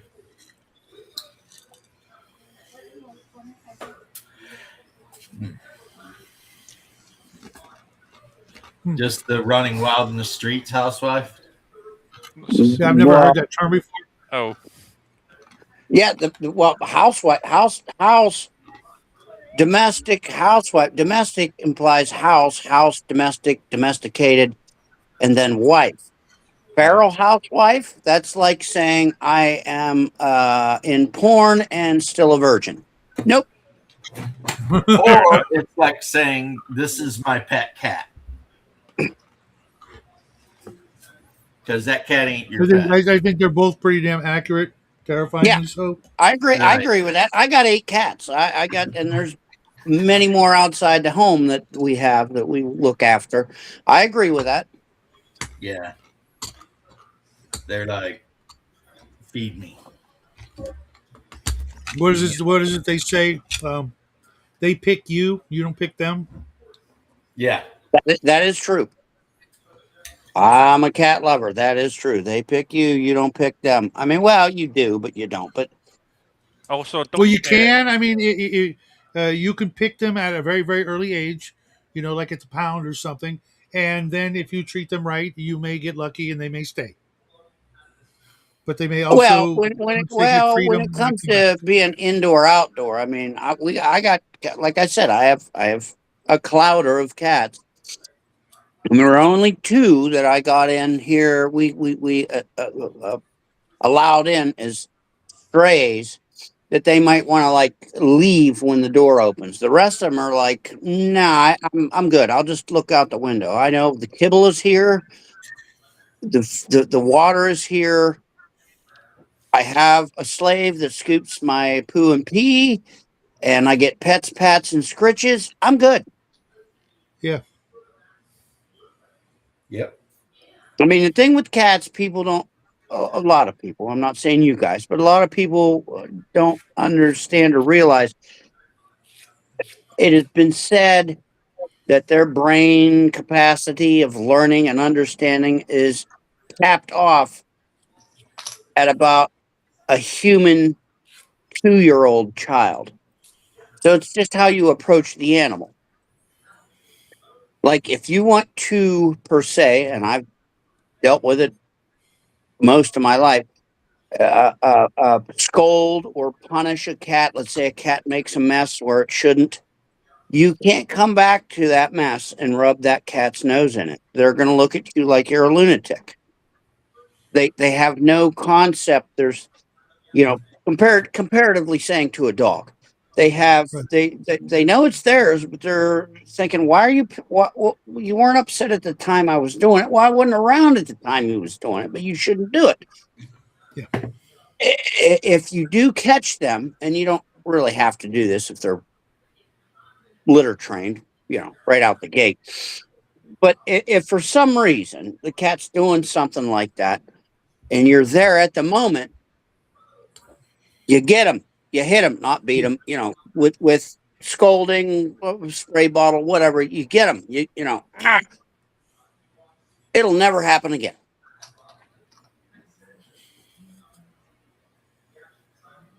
So basically, you're just saying cats are stupider than dogs. Yes, they're less trainable. Yeah, that makes sense.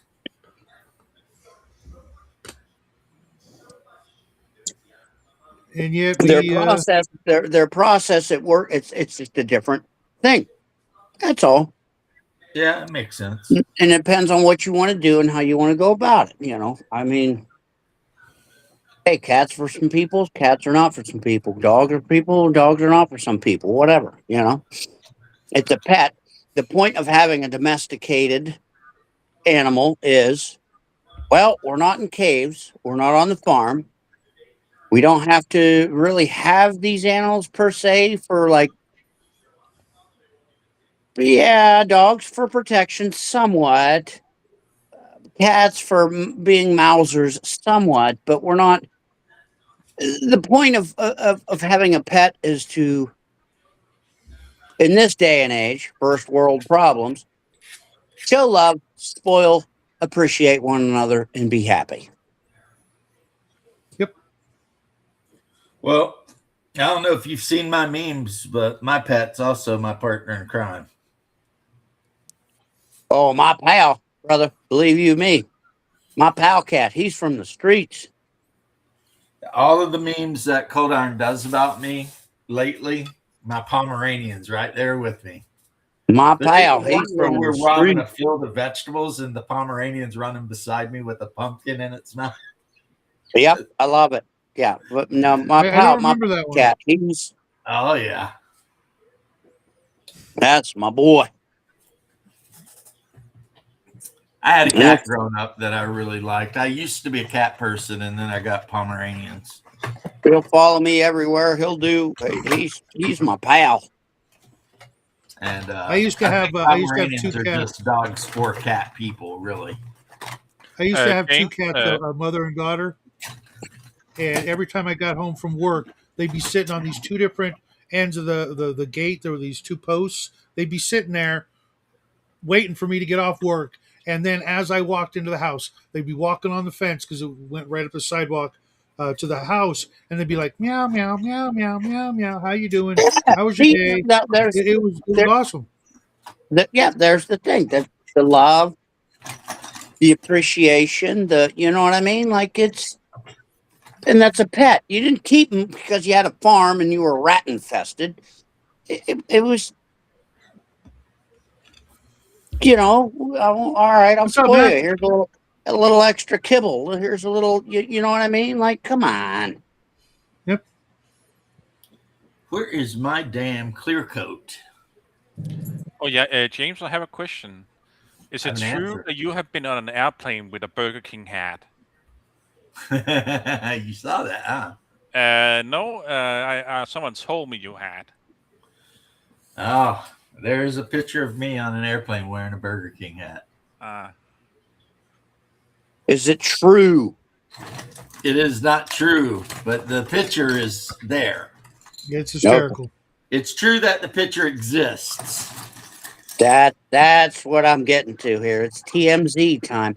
Is it true that you actually? Okay, it's a funny picture, I'm sure. I have my own personal documentarian. By the name of Cold Iron. I actually ran into Harvey on the subway in Los Angeles a few years ago. Harvey Cold Iron? Who are we? No, What? no, Harvey Levin, is that his name? From the host of TMZ. Oh yeah. I know who you're talking about. Yeah. Yeah, I had no idea what you were talking about. Was it like who? What? No, but so hey guys, Hmm. what games we got coming up? I'll give you one guess. Yeah. Guess mine. Anyways, what games we got coming up? When how many players? What's slated? Come on, what's on the table? Hyperborea, 6 to 7 players. I don't know what they're doing because they haven't made their minds up yet. Love it. I'm still running my AD&D game on Sundays. I'm getting ready to try to find a group to either play kind of like a kids on bikes game, or I'm going to be running a traveler game, or I'm going to be running some sort of super involved space opera game. I just can't find the right set of rules for such an endeavor. So I want something. I want something. I think that's class based and skill based, but I don't want to use Palladium. Have you looked at Carcosa? I think that's what it's called. Free League did it. Oh, Yeah, I have. You're talking about Coriolis. Coriolis, that's right. Oh, okay. Carcosa is actually the city by Robert Chambers, Black Lake, where Hastor lives. Yes. No, I have the book that. What's them guys? Yeah. What's them controversial guys? Well, I don't know if they're controversial, but but I have that. But yeah, Coriolis. Have you looked at that one? Yeah, I hated it. I'm I don't like the world, so I didn't buy into or really look any further.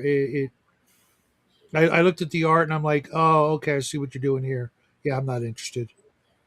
I was just putting it out there. Anyways, Dean Powell, Sir Dean, what do you got going on? I'm running what do you call it, a Pathfinder First Edition game on Friday, and that's with my players, three brothers and a very white guy. They are about to save what do you call it, What's up, Mike? one of the characters modeled from a sentient yellow mold. Fun times. Nice. That is Nice. freaking. That I have so many questions. Wait, somebody's parent is a yellow mold? No, they're saving her from one. Oh, A okay. sentient, Yeah.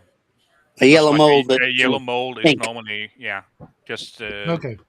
a plant that makes zombies and kills Right. people. James is smiling because he really knows what a yellow mold is. Yes. Oh, yellow molds. Characters, No, I was not. you've heard the stories. Yeah. They're brutal. Brutal. Yeah, you told the player and they did it anyway. Well, some players got to find out for themselves. Okay, Mac, Space Opera is the worst space opera game of all time. Alien and Traveler, I have, but they don't do what I want them to do. I want like, okay, give you an example. Flash Gordon, very much, inspiring this idea. I want Frontier space. I want the heroes to be able to take a bullet and keep going. Traveler, you take a bullet and the death spiral begins. You get hit with a laser, death spiral begins. Star Frontiers doesn't allow for the kind of characters that I'm looking to have in the story.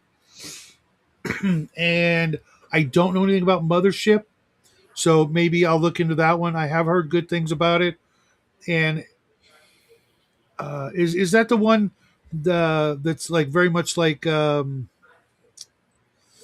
Metamorphosis Alpha in that it's a colony ship kind of game? Mothership is a sci-fi horror game. Oh, okay. Then I definitely don't want that. So, I'm running a sci-fi Shadow, horror game. Go ahead.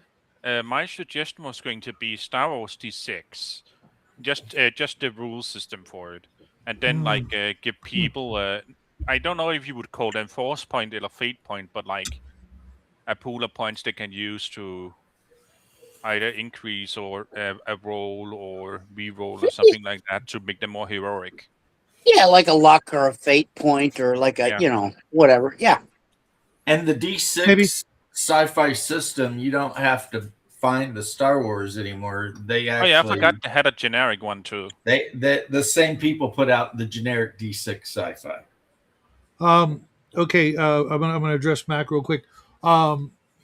You want pulp space? What about that vintage space game? If you're talking about the one from like Mayfair, or the one I just picked up, it's not no. Or are you talking about from Total Party Skills? It's barely a game. Having gone through it a second time, and it's just overly simplistic, and I want some crunch to it. It's like a tri-stat system, and you just roll. Well, there's like one mechanic, and very there's not much to it. I gave it a fair shake, and if you want a game that's more about role playing than mechanics, you're good. But I want a little more. There's no crunch. There's no equipment. There's no, you got to do all the work. And if I'm going to do all the work, I could do a little bit more work and just do the whole damn thing. And I don't want to do that just yet. You mean vintage space? Yeah, I've got it somewhere. I'm looking for something like maybe like Starfinder without as much in the way of feats and things like that. because All right, I'll say it. I'll say it. Just use Traveler. again, Traveler doesn't allow for the combat survivability. One hit and it's kind of done. Even with armor, and I know a lot of the characters are probably never going to be wearing armor. You know, because it's not supposed to be uh, a combat game. There will be combat. There is a Buck Rogers RPG, but it's one of the most expensive RPGs ever made. I mean, like it's buy-in minimum for the box set. Minimum is like $300, and while I do want it in my collection, I do not want to spend that kind of money on a game that might suck ass. Space 1889. Never played it. And Ooh, I there's want an idea. I wanted more. 1899. There I was mean, just for looking for inspiration, there is an idea. Yeah. Space Dean? 1889 is not Oh, that I was going to different say from there is Traveler. a Buck Rogers RPG, but it was cancelled or made into what do you call it, Spelljammer instead. Well, not fully cancelled, like they delayed the designers because they didn't want to deal with William. You can buy it. It's still out there. I've seen it. I had the board game. It was like Risk, except it was the inner planets, and you could fight each other and take over the lunar colony and all that. No, thank you, Mac. No, thank you. I've seen that. I've also seen Neon, whatever that big giant 5e space opera Kickstarter. I hate the art for the most part. I'm still looking. I'm still looking for things. I've heard about Alternity as well. I don't know. I got to just look more into it. Alternity was an interesting system.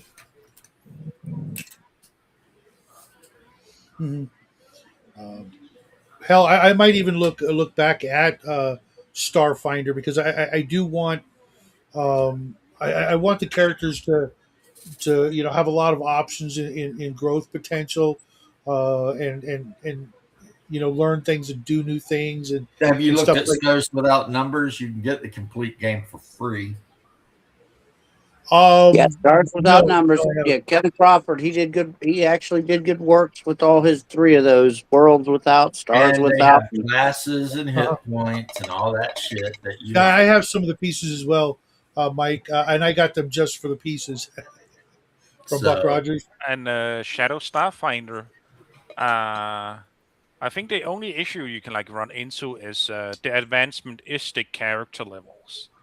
There's not so much to do in the world itself. Rather, it's not that much built in, like domain play and or influence in general, unless the GM make it so.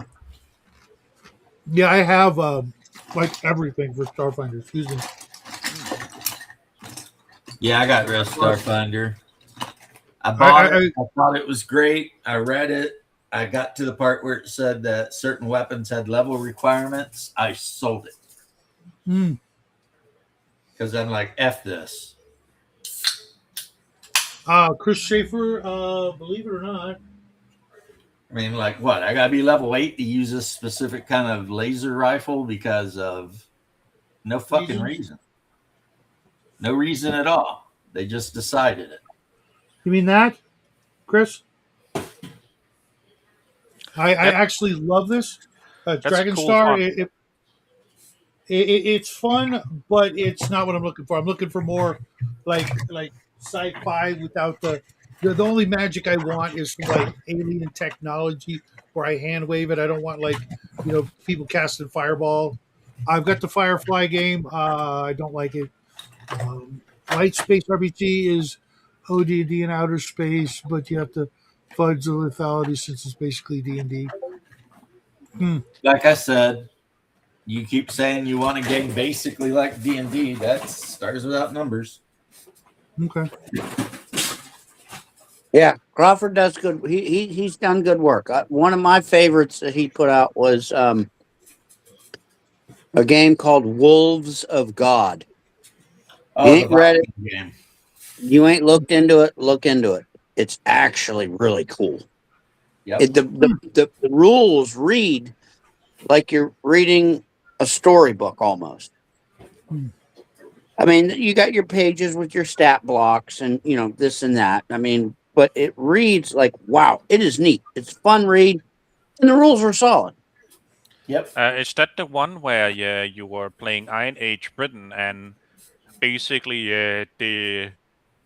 your village is also kind of like your character in that that's you have to help it grow.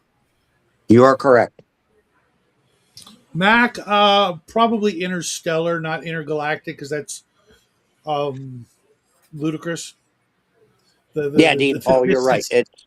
If you have you read that, Dean No, Powell? I only heard the premise.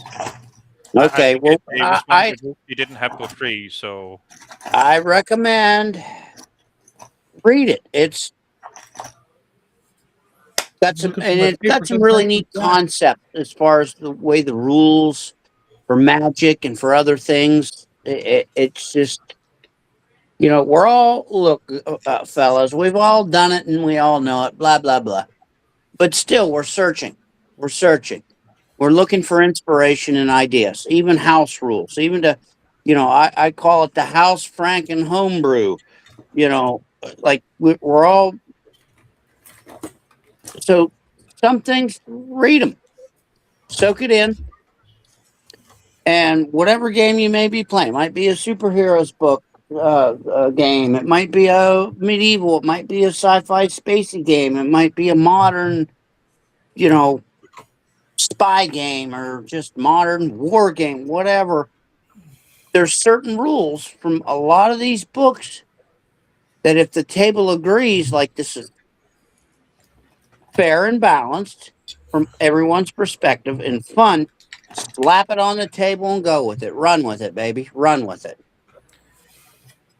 I get you. Also, Uh, Chris Sheffer. The thing about Pundit is his games are usually just with the BX chassis, so A lot of and times it's they probably the are. same survivability also. A lot of times they are a BX adjacent game for sure. Yeah, I agree. They have, like Dean Powell said, they have the Like BX he might chassis. throw some skill checks in there that are a little different, but I mean Crawford's games are the same way. If you look at Stars Without Number, it's BX Dan, D&D. can you hold on for a sec? You keep the thing going. I'll be right back. It's Okay. BX D&D with the Traveler skill system tacked on. And I actually really like it. It's just my issue is I probably would want a mixture between that and Adventure Conquer King, but that's a lot of work on my side. Yeah. If I wanted to mix those two.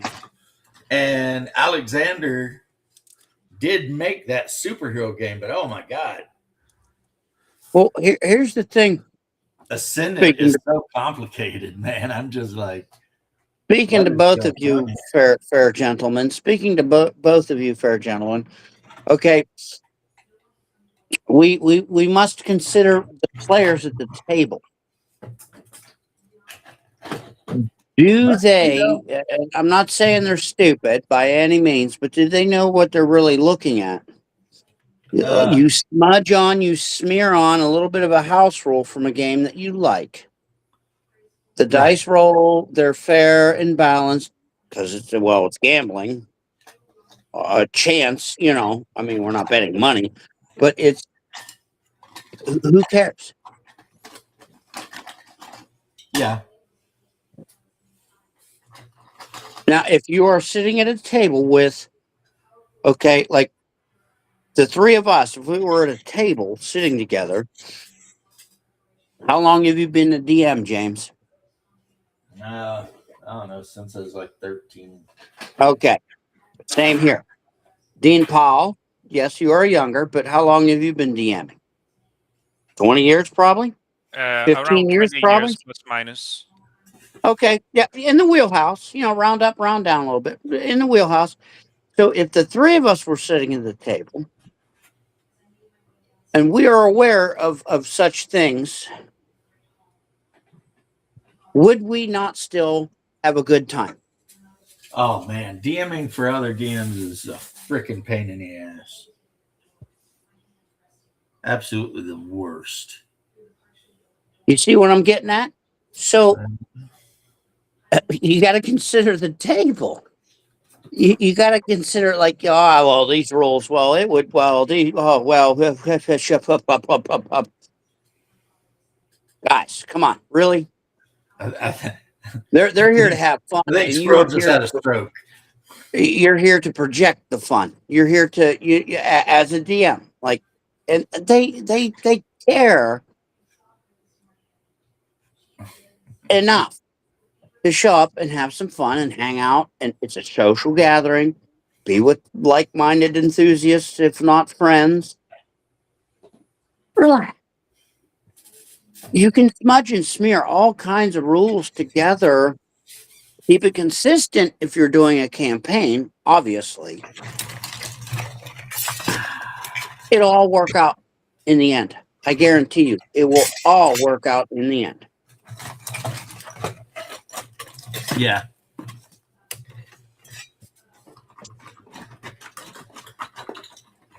And I hear crickets from the crowd of experienced DMs.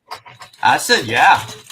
No, but I'm saying there's no argument. Like, that's a no-brainer for folks such as us.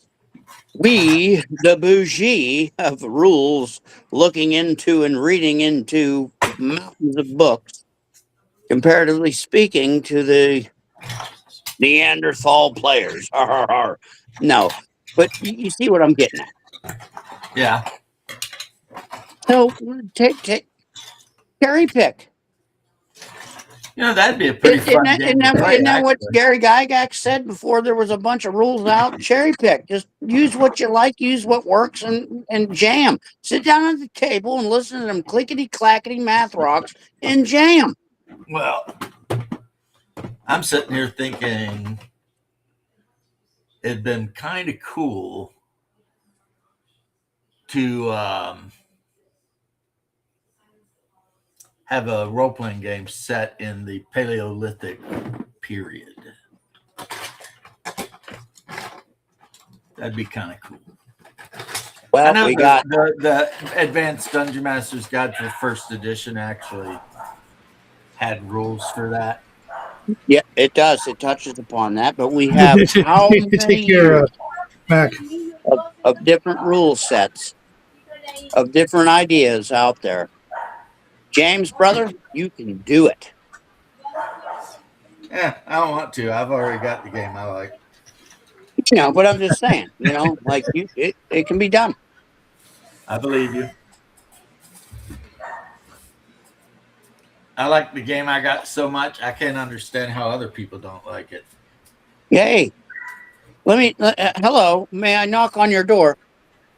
May I extol the virtues of Harnmaster, sir? Let me preach.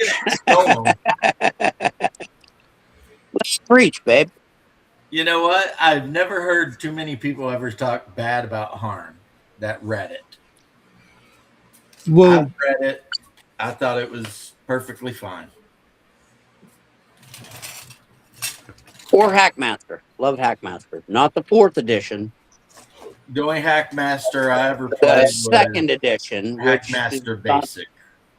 Which is not the 5th edition, which they did that as a parody because they had to, because in a brief moment they shared the license with TSR before Wizard gobbled them up. Right. It's a weird, convoluted legal thing. I vaguely remember that era. Yeah, it's a weird, convoluted. Well, it all had to do with Dragon Magazine putting Kinzer Company products in Dragon Magazine. And then the outcome after Kinzer won the lawsuit was that Kinzer was allowed to continue to parody AD&D through Hackmaster. Space Master? Wow.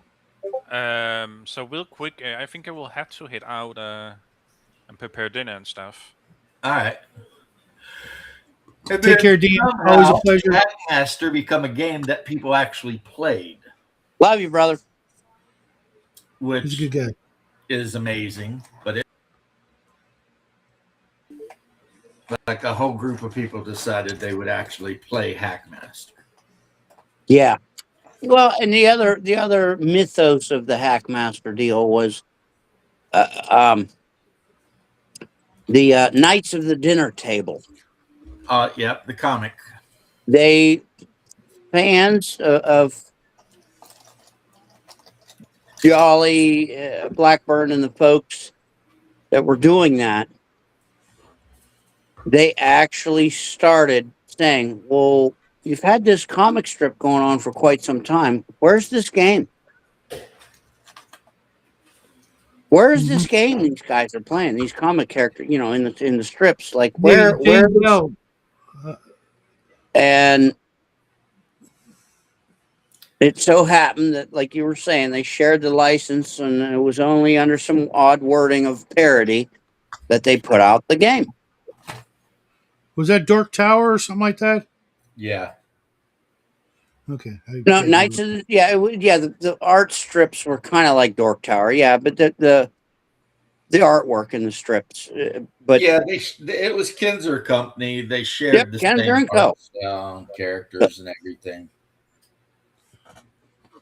I mean, I don't want to tout. I don't want to sound like I'm touting, but I've met and hung out with Jolly and Barbara and Scott and the whole Kenzer Co. crew just about every year for the past 10 years. Yeah. At Gary Pond. So I mean, I have the inside scoop. No, but we've talked about stuff, and you know what I'm saying? So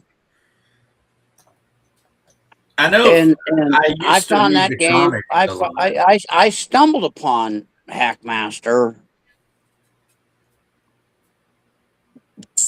15, 20 years ago. But the comics, they all admit it was the comics, and we had such like fan pressure, even though it wasn't a big selling like Superman, Batman, whatever comic. There was in the game sphere. They're like, "Where's this game? This game looks fun. It sounds like it'd be a fun time." So they did it, and they used a lot of. If you've read the Hackmaster 4th edition, which really was their first edition. There's a lot of parody in it. Yeah. Like you said, so they wouldn't get sued because for a minute they shared the license with TSR. Well, for one Scott thing, Kenzer Hackmaster makes character creation super complicated. Yeah, and that was part of the parody. Yes, it was part of the parody. And Scott Kenzer, if you don't know, I'll tell you, he is a lawyer, a legal person, and he deals with that type of wording and wordage, and that's his niche of law. Well, that explains why they won the lawsuit then. Yeah, exactly. So the guy's got money. So I think they still have the right to make Hackmaster. They do. So that shows, when thinking about that, that shows a labor of love, not a we're going to win, I'm going to sue you, a labor of love. Like, you know what? The fans of this silly nilly-willy comic strip want to see a game, we're going to give them a game. And we're going to do a labor of love, and we're going to give them a game. It don't matter if it's a bestseller. That's not the point. It's a labor of love. Yeah, weren't they all going to some university in the comic shop or the comic strip? Yes, I believe so. I think they're all going to some university, and yeah, the poor DM was constantly struggling against James L. That's a-hole players that were being a-holes as players with their characters, trying to manipulate the rules to use the rules to their advantage, etc., etc. Yeah, that was kind of the whole storyline of the comic. Was that the big guy and the little Weasley dude with the glasses were Yeah, constantly basically trying to cheat. they still put out that comic. It's beautiful.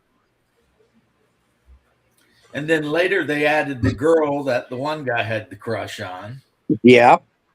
And the big guy, every time he got mad, he'd flip the table and storm off. Shadow, if you haven't read the comic, read the comic. It's a fun comic. I think I've read some, DMs. but it's been like a long time. Well, And I want to pick it say up real quick, again. James L., go look up the game Sticks and Stones. It's a little micro game, chits and little mini folding map. It's cavemen versus cavemen and dinosaurs, etc. I think you get a kick out of it.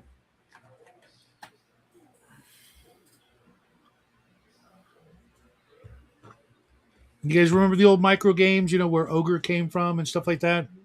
Yes. Yeah. Well, James L., the Barons War figures are historically accurate. Yes, they are. For 13th century England or 12th. There's a book that's not easy to get a hold of that I have called Outrimmer. It allows you to use the Barons War rules, but to play the Crusades. Nice. So I have a whole thing of Knights Templar. Nice. I enjoy the Barons War. I have the latest iteration of it. I enjoy bought a big box that they come out for like $90 or whatever. And then I bought some extra stuff. Like here's some Barons War Knights I need to put together. They're really cool too. I mean, they really are. Yeah, I haven't bought the miniatures or anything. I do 15 mil, so I get my miniatures Star Wars, elsewhere. yeah. But the Barons War War Games is a nice rule set. Does an amazing job. Yeah, they look great. Do. Then another one, what is it? War Host? Something that pairs with the Barons War rules, and you can do more of a fantasy type, orcs and dwarves and elves or whatever. Oh, I don't know about that. I know they do have a War Host game that's like 15 mil. And they came out with a couple of fantasy they've come out with some fantasy armies you can buy for that, which I assume are pretty good. I haven't seen them, but it's kind of like the old Games Workshop War Host or War Master, whatever it was called. War Master. Yeah, whatever it was called. It's called for Games Workshop. Yeah, this one I just picked it up. It's called War Host. Yeah, a fantasy compendium, and it explicitly states on the cover, you will need Barons War rulebook to use the contents of this compendium. Well then, okay, that is wild, but I guess maybe not. I mean, Barons War is a pretty easy game to play. I mean, Oh, it plays well. It's simple pimple. Just pop it. Just get in there and do it. I mean, it is really, really simple. It has its layers. It can be deep and crunchy, but Yeah, so I'm going to make an army of Jerusalem, and I've already showed him off, but I've got King Baldwin on horseback and on foot. I've got some priests carrying a cross. And then if I make a Byzantine army, I don't have to make it since it's already painted. I could make the Byzantine army also for the Outrimmer game. So nice. And I've already got my Cataphracti and stuff. I could actually add some Russians too, because I've got some of these fire forged Russians that I've been working on. Throw some Russians in there. Those are the resin that they pour. But okay. yeah. Huh. But yeah, I've got They still do that? I mean, yes. Fireforged, if you want to get a lot of the characters, they're poured resin characters. Now, supposedly that gives them better detail. I don't know. But I've got Alexander Nevsky and I've got King Baldwin. So if I want to go with the Russians or the Army of Jerusalem, I've got that. And then I've also got King Basil Polyphorus, the Bulgar Slayer. So if I want to do a like a 10th, 11th century Byzantine army, I can definitely do that too. And for him, I've even got the banners and everything. I just need to put the shields on. I've got the shields for all of my Scudatoi, which are, your Byzantine infantrymen. And they're all blue with the icon of Jesus Christ on them. So all of my infantrymen will be carrying, the holy icon with them. Nice. Yeah. very cool. There's actually on the War Games Atlantic website, they actually have the links to buy the shield transfers. And there's tons of them you can get, from Crusades all the way to, like, I got Byzantine. You can get Arabs, which I'm actually looking hard at getting Arabic, because I do have an Arabic army from the Crusade period. And I'll tell you what, drawing Arabic writing on little shields is a pain. Yeah, that's one thing I was going to say. I'm going to interrupt. I'm going to say, I've never used any of the transfers on miniatures. They look neat. They look very handy. Well, it can take your standard looking miniature and all of a sudden just make it like a showstopper. Imagine you've got your block of guys and they've got their shields painted, and that's nice and all. But then you got your block of guys and their shields all have icons of Christ on them, and they got the banner. And I mean, it changes the whole flavor of the thing, Or my Knights Templar, who I have the shield transfers and all that shit to put red shields all over them. Yeah, you could do. Fact, I've got transfers for the horses too. They look like they can be, to a point, versatile. That they do look neat. I've been curious about those. Yeah, like a horse like this, they sell the templates, which I have, or the transfers, where you can actually put the transfer over the comparison of the horse with the red cross. Yeah, you use Microsoft and Microset, and it's like Bob's your uncle, And I haven't used a transfer set in forever. Oh my god, dude! I save every transfer sheet I get from any. Yeah, I still have something I get, and I use them all the damn time. Even on figures, like I have transfers from my Greek hoplites that I've used on medieval knights, just because it looked cool on the shields, And I'm speaking here. It's simple technology, but what was done way back in the day. It's probably a bit better now as far as the application, how it stays, how it holds, molds around the bumps and pimples. The first thing you have to do is wherever you're putting transfers, you put on a gloss coat. Let it dry. That gloss coat, once it dries, will allow you to actually slide the transfer around and position it correctly. And then if it needs to bend into any of the grooves or anything, you can use the microsaw, and it will soften the transfer material up to where it'll just mold right into the miniature. And then when Succinate it's into done, every you nook and put cranny. microset on, and that'll hold the transfer on that miniature basically forever. So yeah, it is a little bit more intensive, but as a guy who's painted up so many 40K homes and put transfers on shit. Just for a little while longer. Hi, 8 Mob. Well, we can leave whenever you want. Yeah, I'm still painting. Yeah, we're just blabbering. We took over the show. Hey, don't worry about it, guys.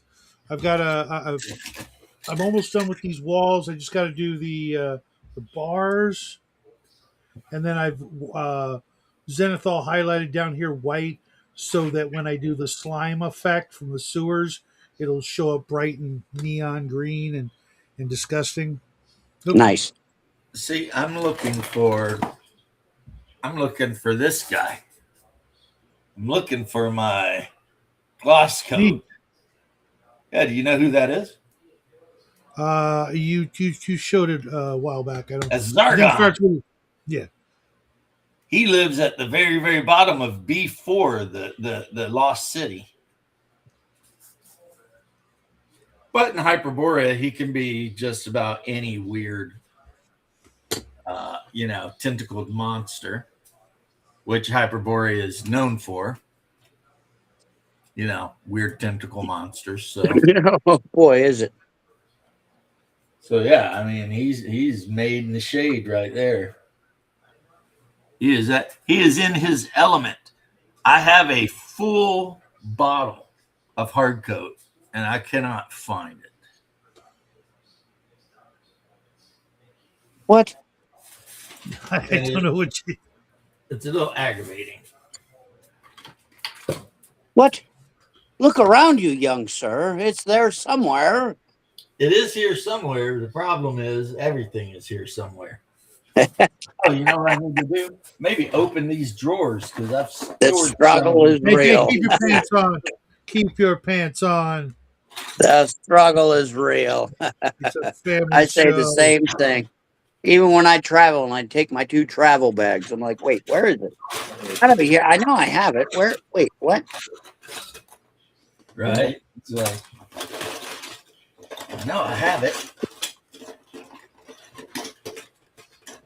Because I want him to look really slimy.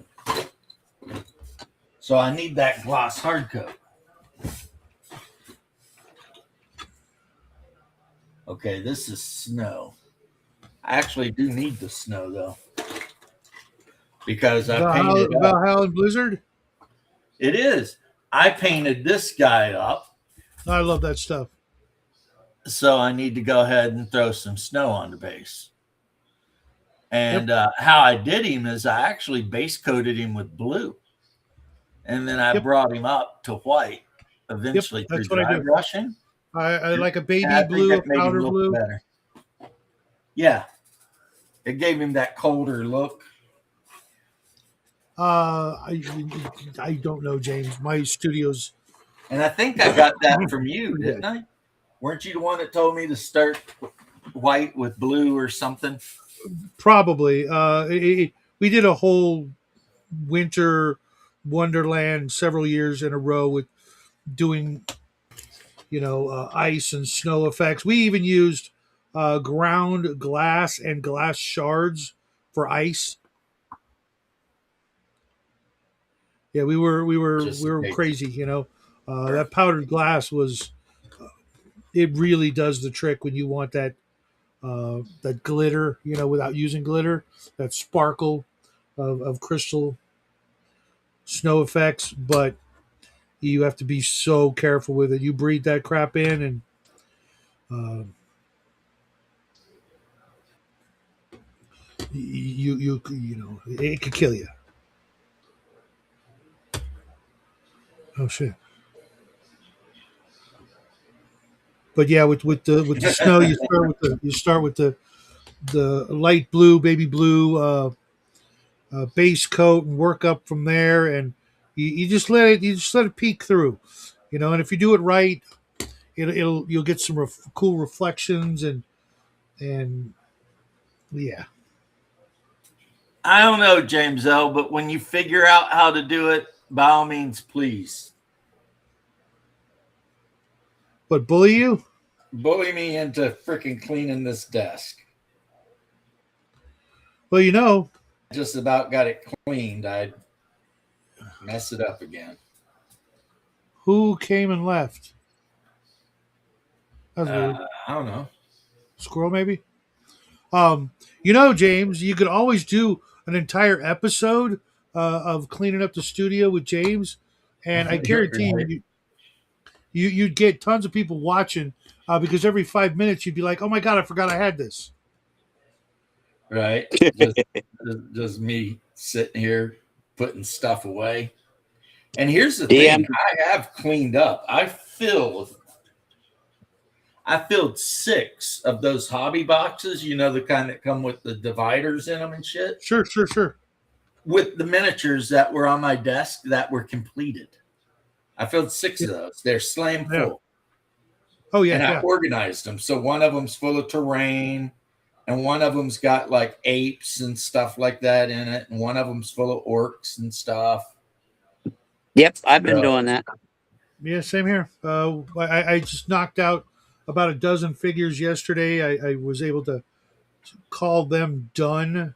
Yeah. Because if you don't, you'll just sit there and agonize over, it's not done. And then what happens, I find, is you start making mistakes that you have to fix, and you end up in this cycle where you never finish. You got to just say, you know what, it ain't my best work, but I'm moving on because I got other stuff that's gray or primered or not even assembled, and it's better to get onto that. And at least do something because inspired painting is better than labor painting. Yes. Because if you're just doing labor painting, you're not learning. You're learning to put I've off got what you learn. Achilles here, It's self-torture. and literally he would Oh, absolutely, be done. James. Oh, absolutely, you could. Here's my Achilles, and he would be done if I would just do the flesh and his leather apron. Well, Just call then it a do day, it. right? That's all he needs. Hurry up, James. Hurry up and do it, you poser. Do it and be done with it. And Put that it to is bed. my problem is I have so many half-finished miniatures, and a lot of them really need like 1 or 2 things. Well, here's the thing. Here's a neat tip or trick that I'm sure you're well aware of.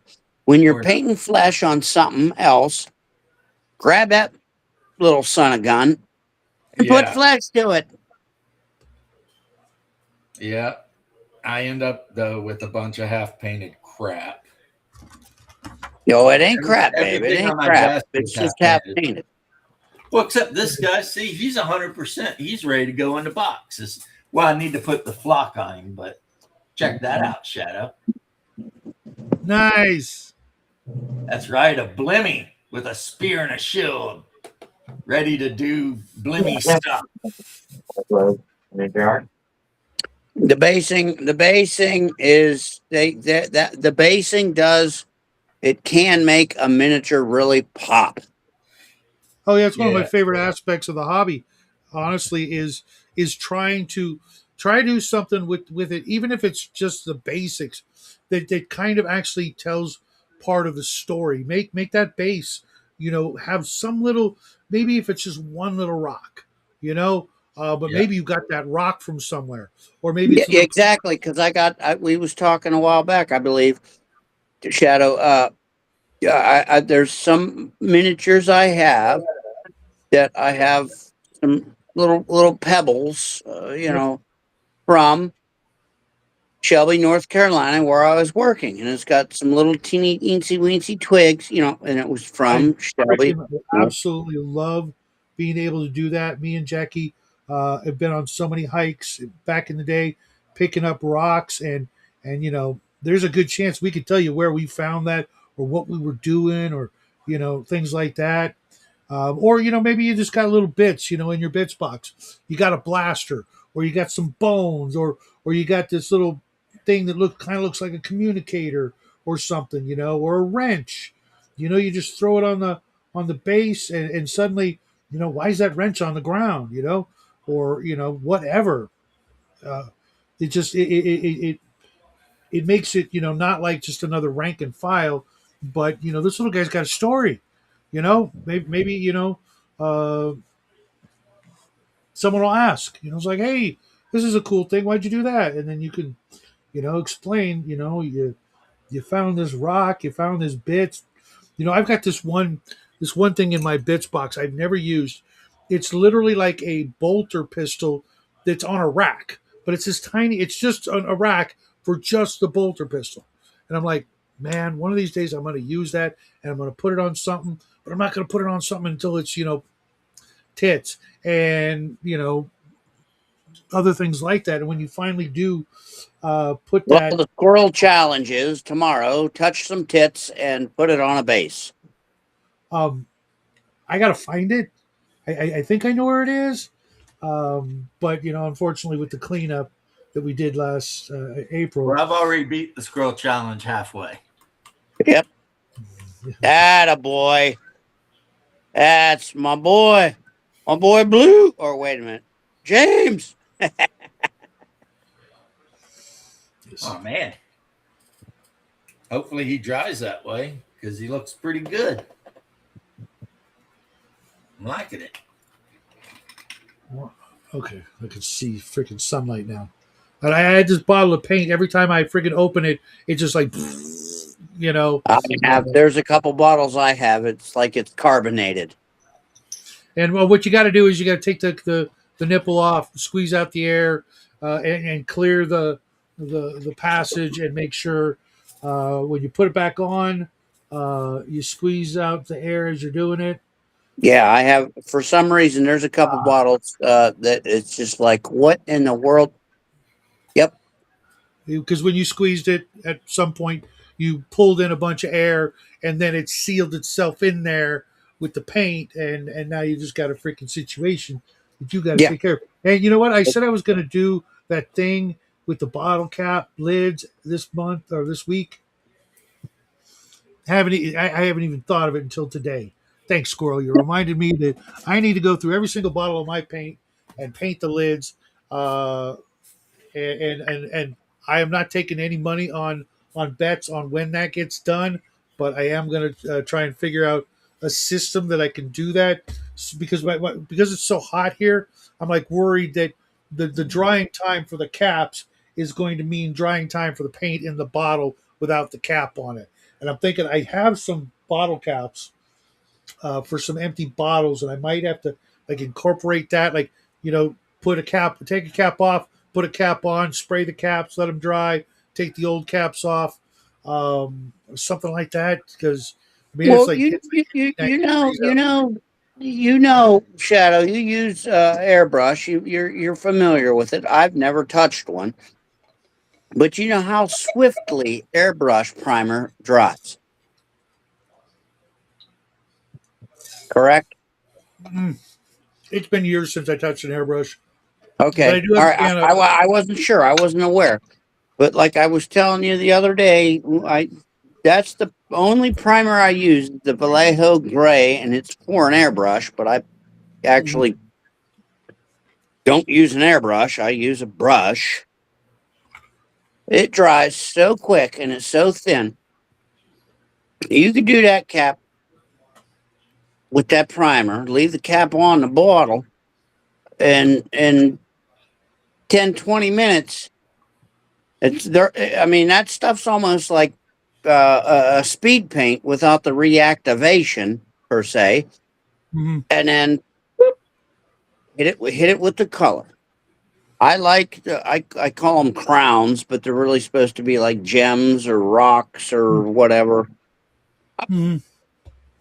You've seen it. What I use, Yep. you get, and all I do truly is just put a splat down and just hit that cap.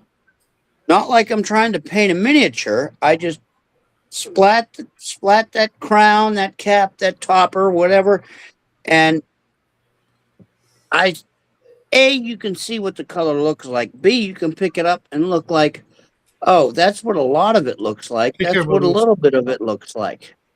Oh, that's And okay. Ree's asking about your special black paint.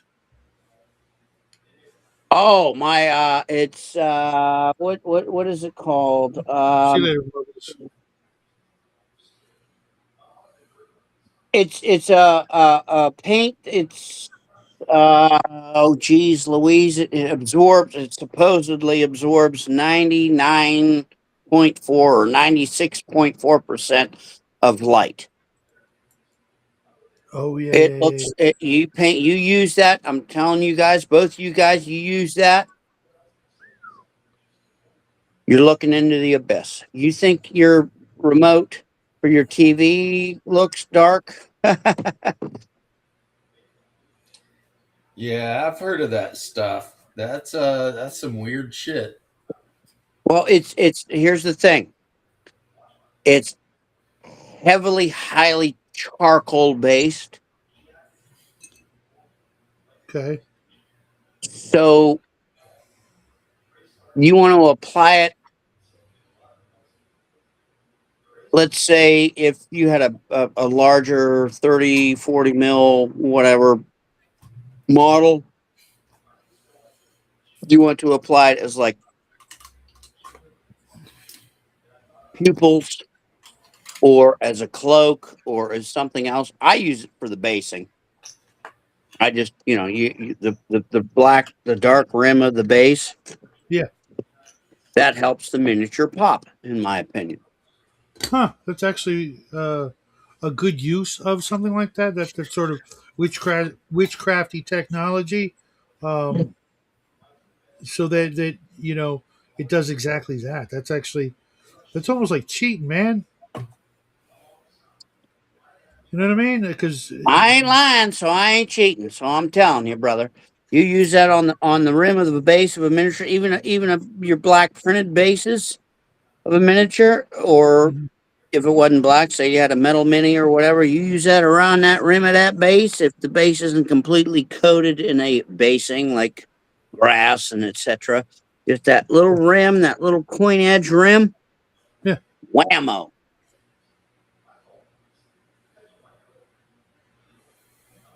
yeah, something like that. You can't really. Yeah, that's some crazy paint. It's like the guy who created it actually copyrighted the stuff. There are some other brands, but has something to do with carbon tubes and shit like that. Yep, it's Like carbon based. I've It's seen where they coal painted charcoal carbon based. yeah, I seen where they painted a mannequin head with it, and like the profile you could see, but when it turned to look directly at you, you can't see any of the features. Yep. Yeah. Because none of the light reflects off of it, so it literally looks like a hole in space. I suggest getting a small bottle. I think you can get a pair of small bottles of it for like. I want to say like under $20, and the small bottles, they're not like our army painter sized or Vallejo sized model painting. They're bigger. There's more in them. You can get it cheap for what we do and how we would use it. Yeah, Only for you ever think that they price our paint bottles the way they do because we're painting miniatures, and they think we think you know what I well, mean? yeah, it's a business. No, what I mean is that they're taking advantage of us so used to painting small things that the paint should come in a small bottle, and if it came in a big bottle, we think it wasn't for miniatures. That's what she said. Anyway, though, yeah, Dino says.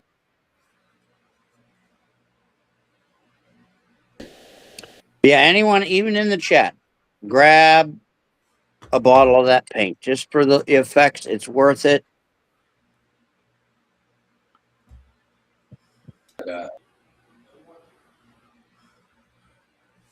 Dino says Vanta Black. Reese says there's also Pinkest Pink, which I can't really imagine. I It's not the one I have. I use isn't Vanta. It's probably just the same. Might be better. Yeah, Muso. Musou black is the ones I got that I use. But if you want to put a link in my Discord, I will be sure to share that as well. You know I'll spread the nerd word, babe. You know I'll spread the nerd word. Yep. What do you call it? Yeah, I'm using craft paint for what I'm working on, except the rust now on the bars, because you know the way they take advantage of us nerds. Um, you want to see a perfect example. Go into your basic Hobby Lobby. I love those guys, but I go in and I see like the clippers and things like that in the hobby stores or in Hobby Lobby or the game stores, and then I go into Home Depot and look at the same clippers. Then I can get a set of three for half the price of the one because they think we've never been in a hardware store or something. I don't know. Yeah, I do that, Jazz. Yeah, that's. I just bought a set of three clippers because I was just looking for this one, which mimics what toenail clippers do, but with a Mhm. straight edge. Because toenail clippers are on my table here right now. Because when you're cutting things off sprues, these are one of the. I use this tool almost as much as I use the regular clippers to go in and get what you miss with the first pair of clippers when you're taking Yep. something off the sprue.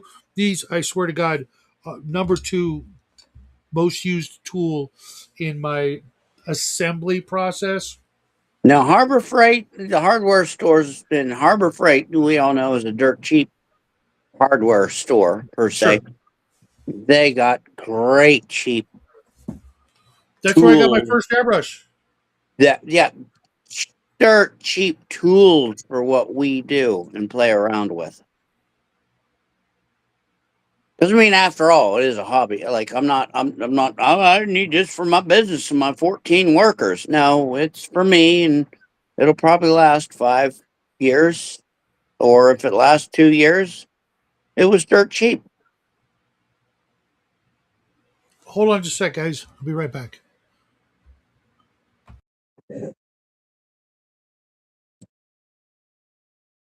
So, how many players you said again, Oh, James?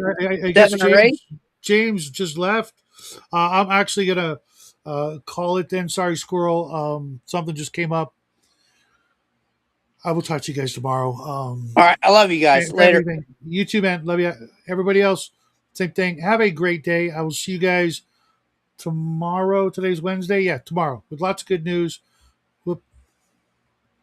Lots of good news. Lots of good stuff. Have a great day. Enjoy your evening, and I will see you guys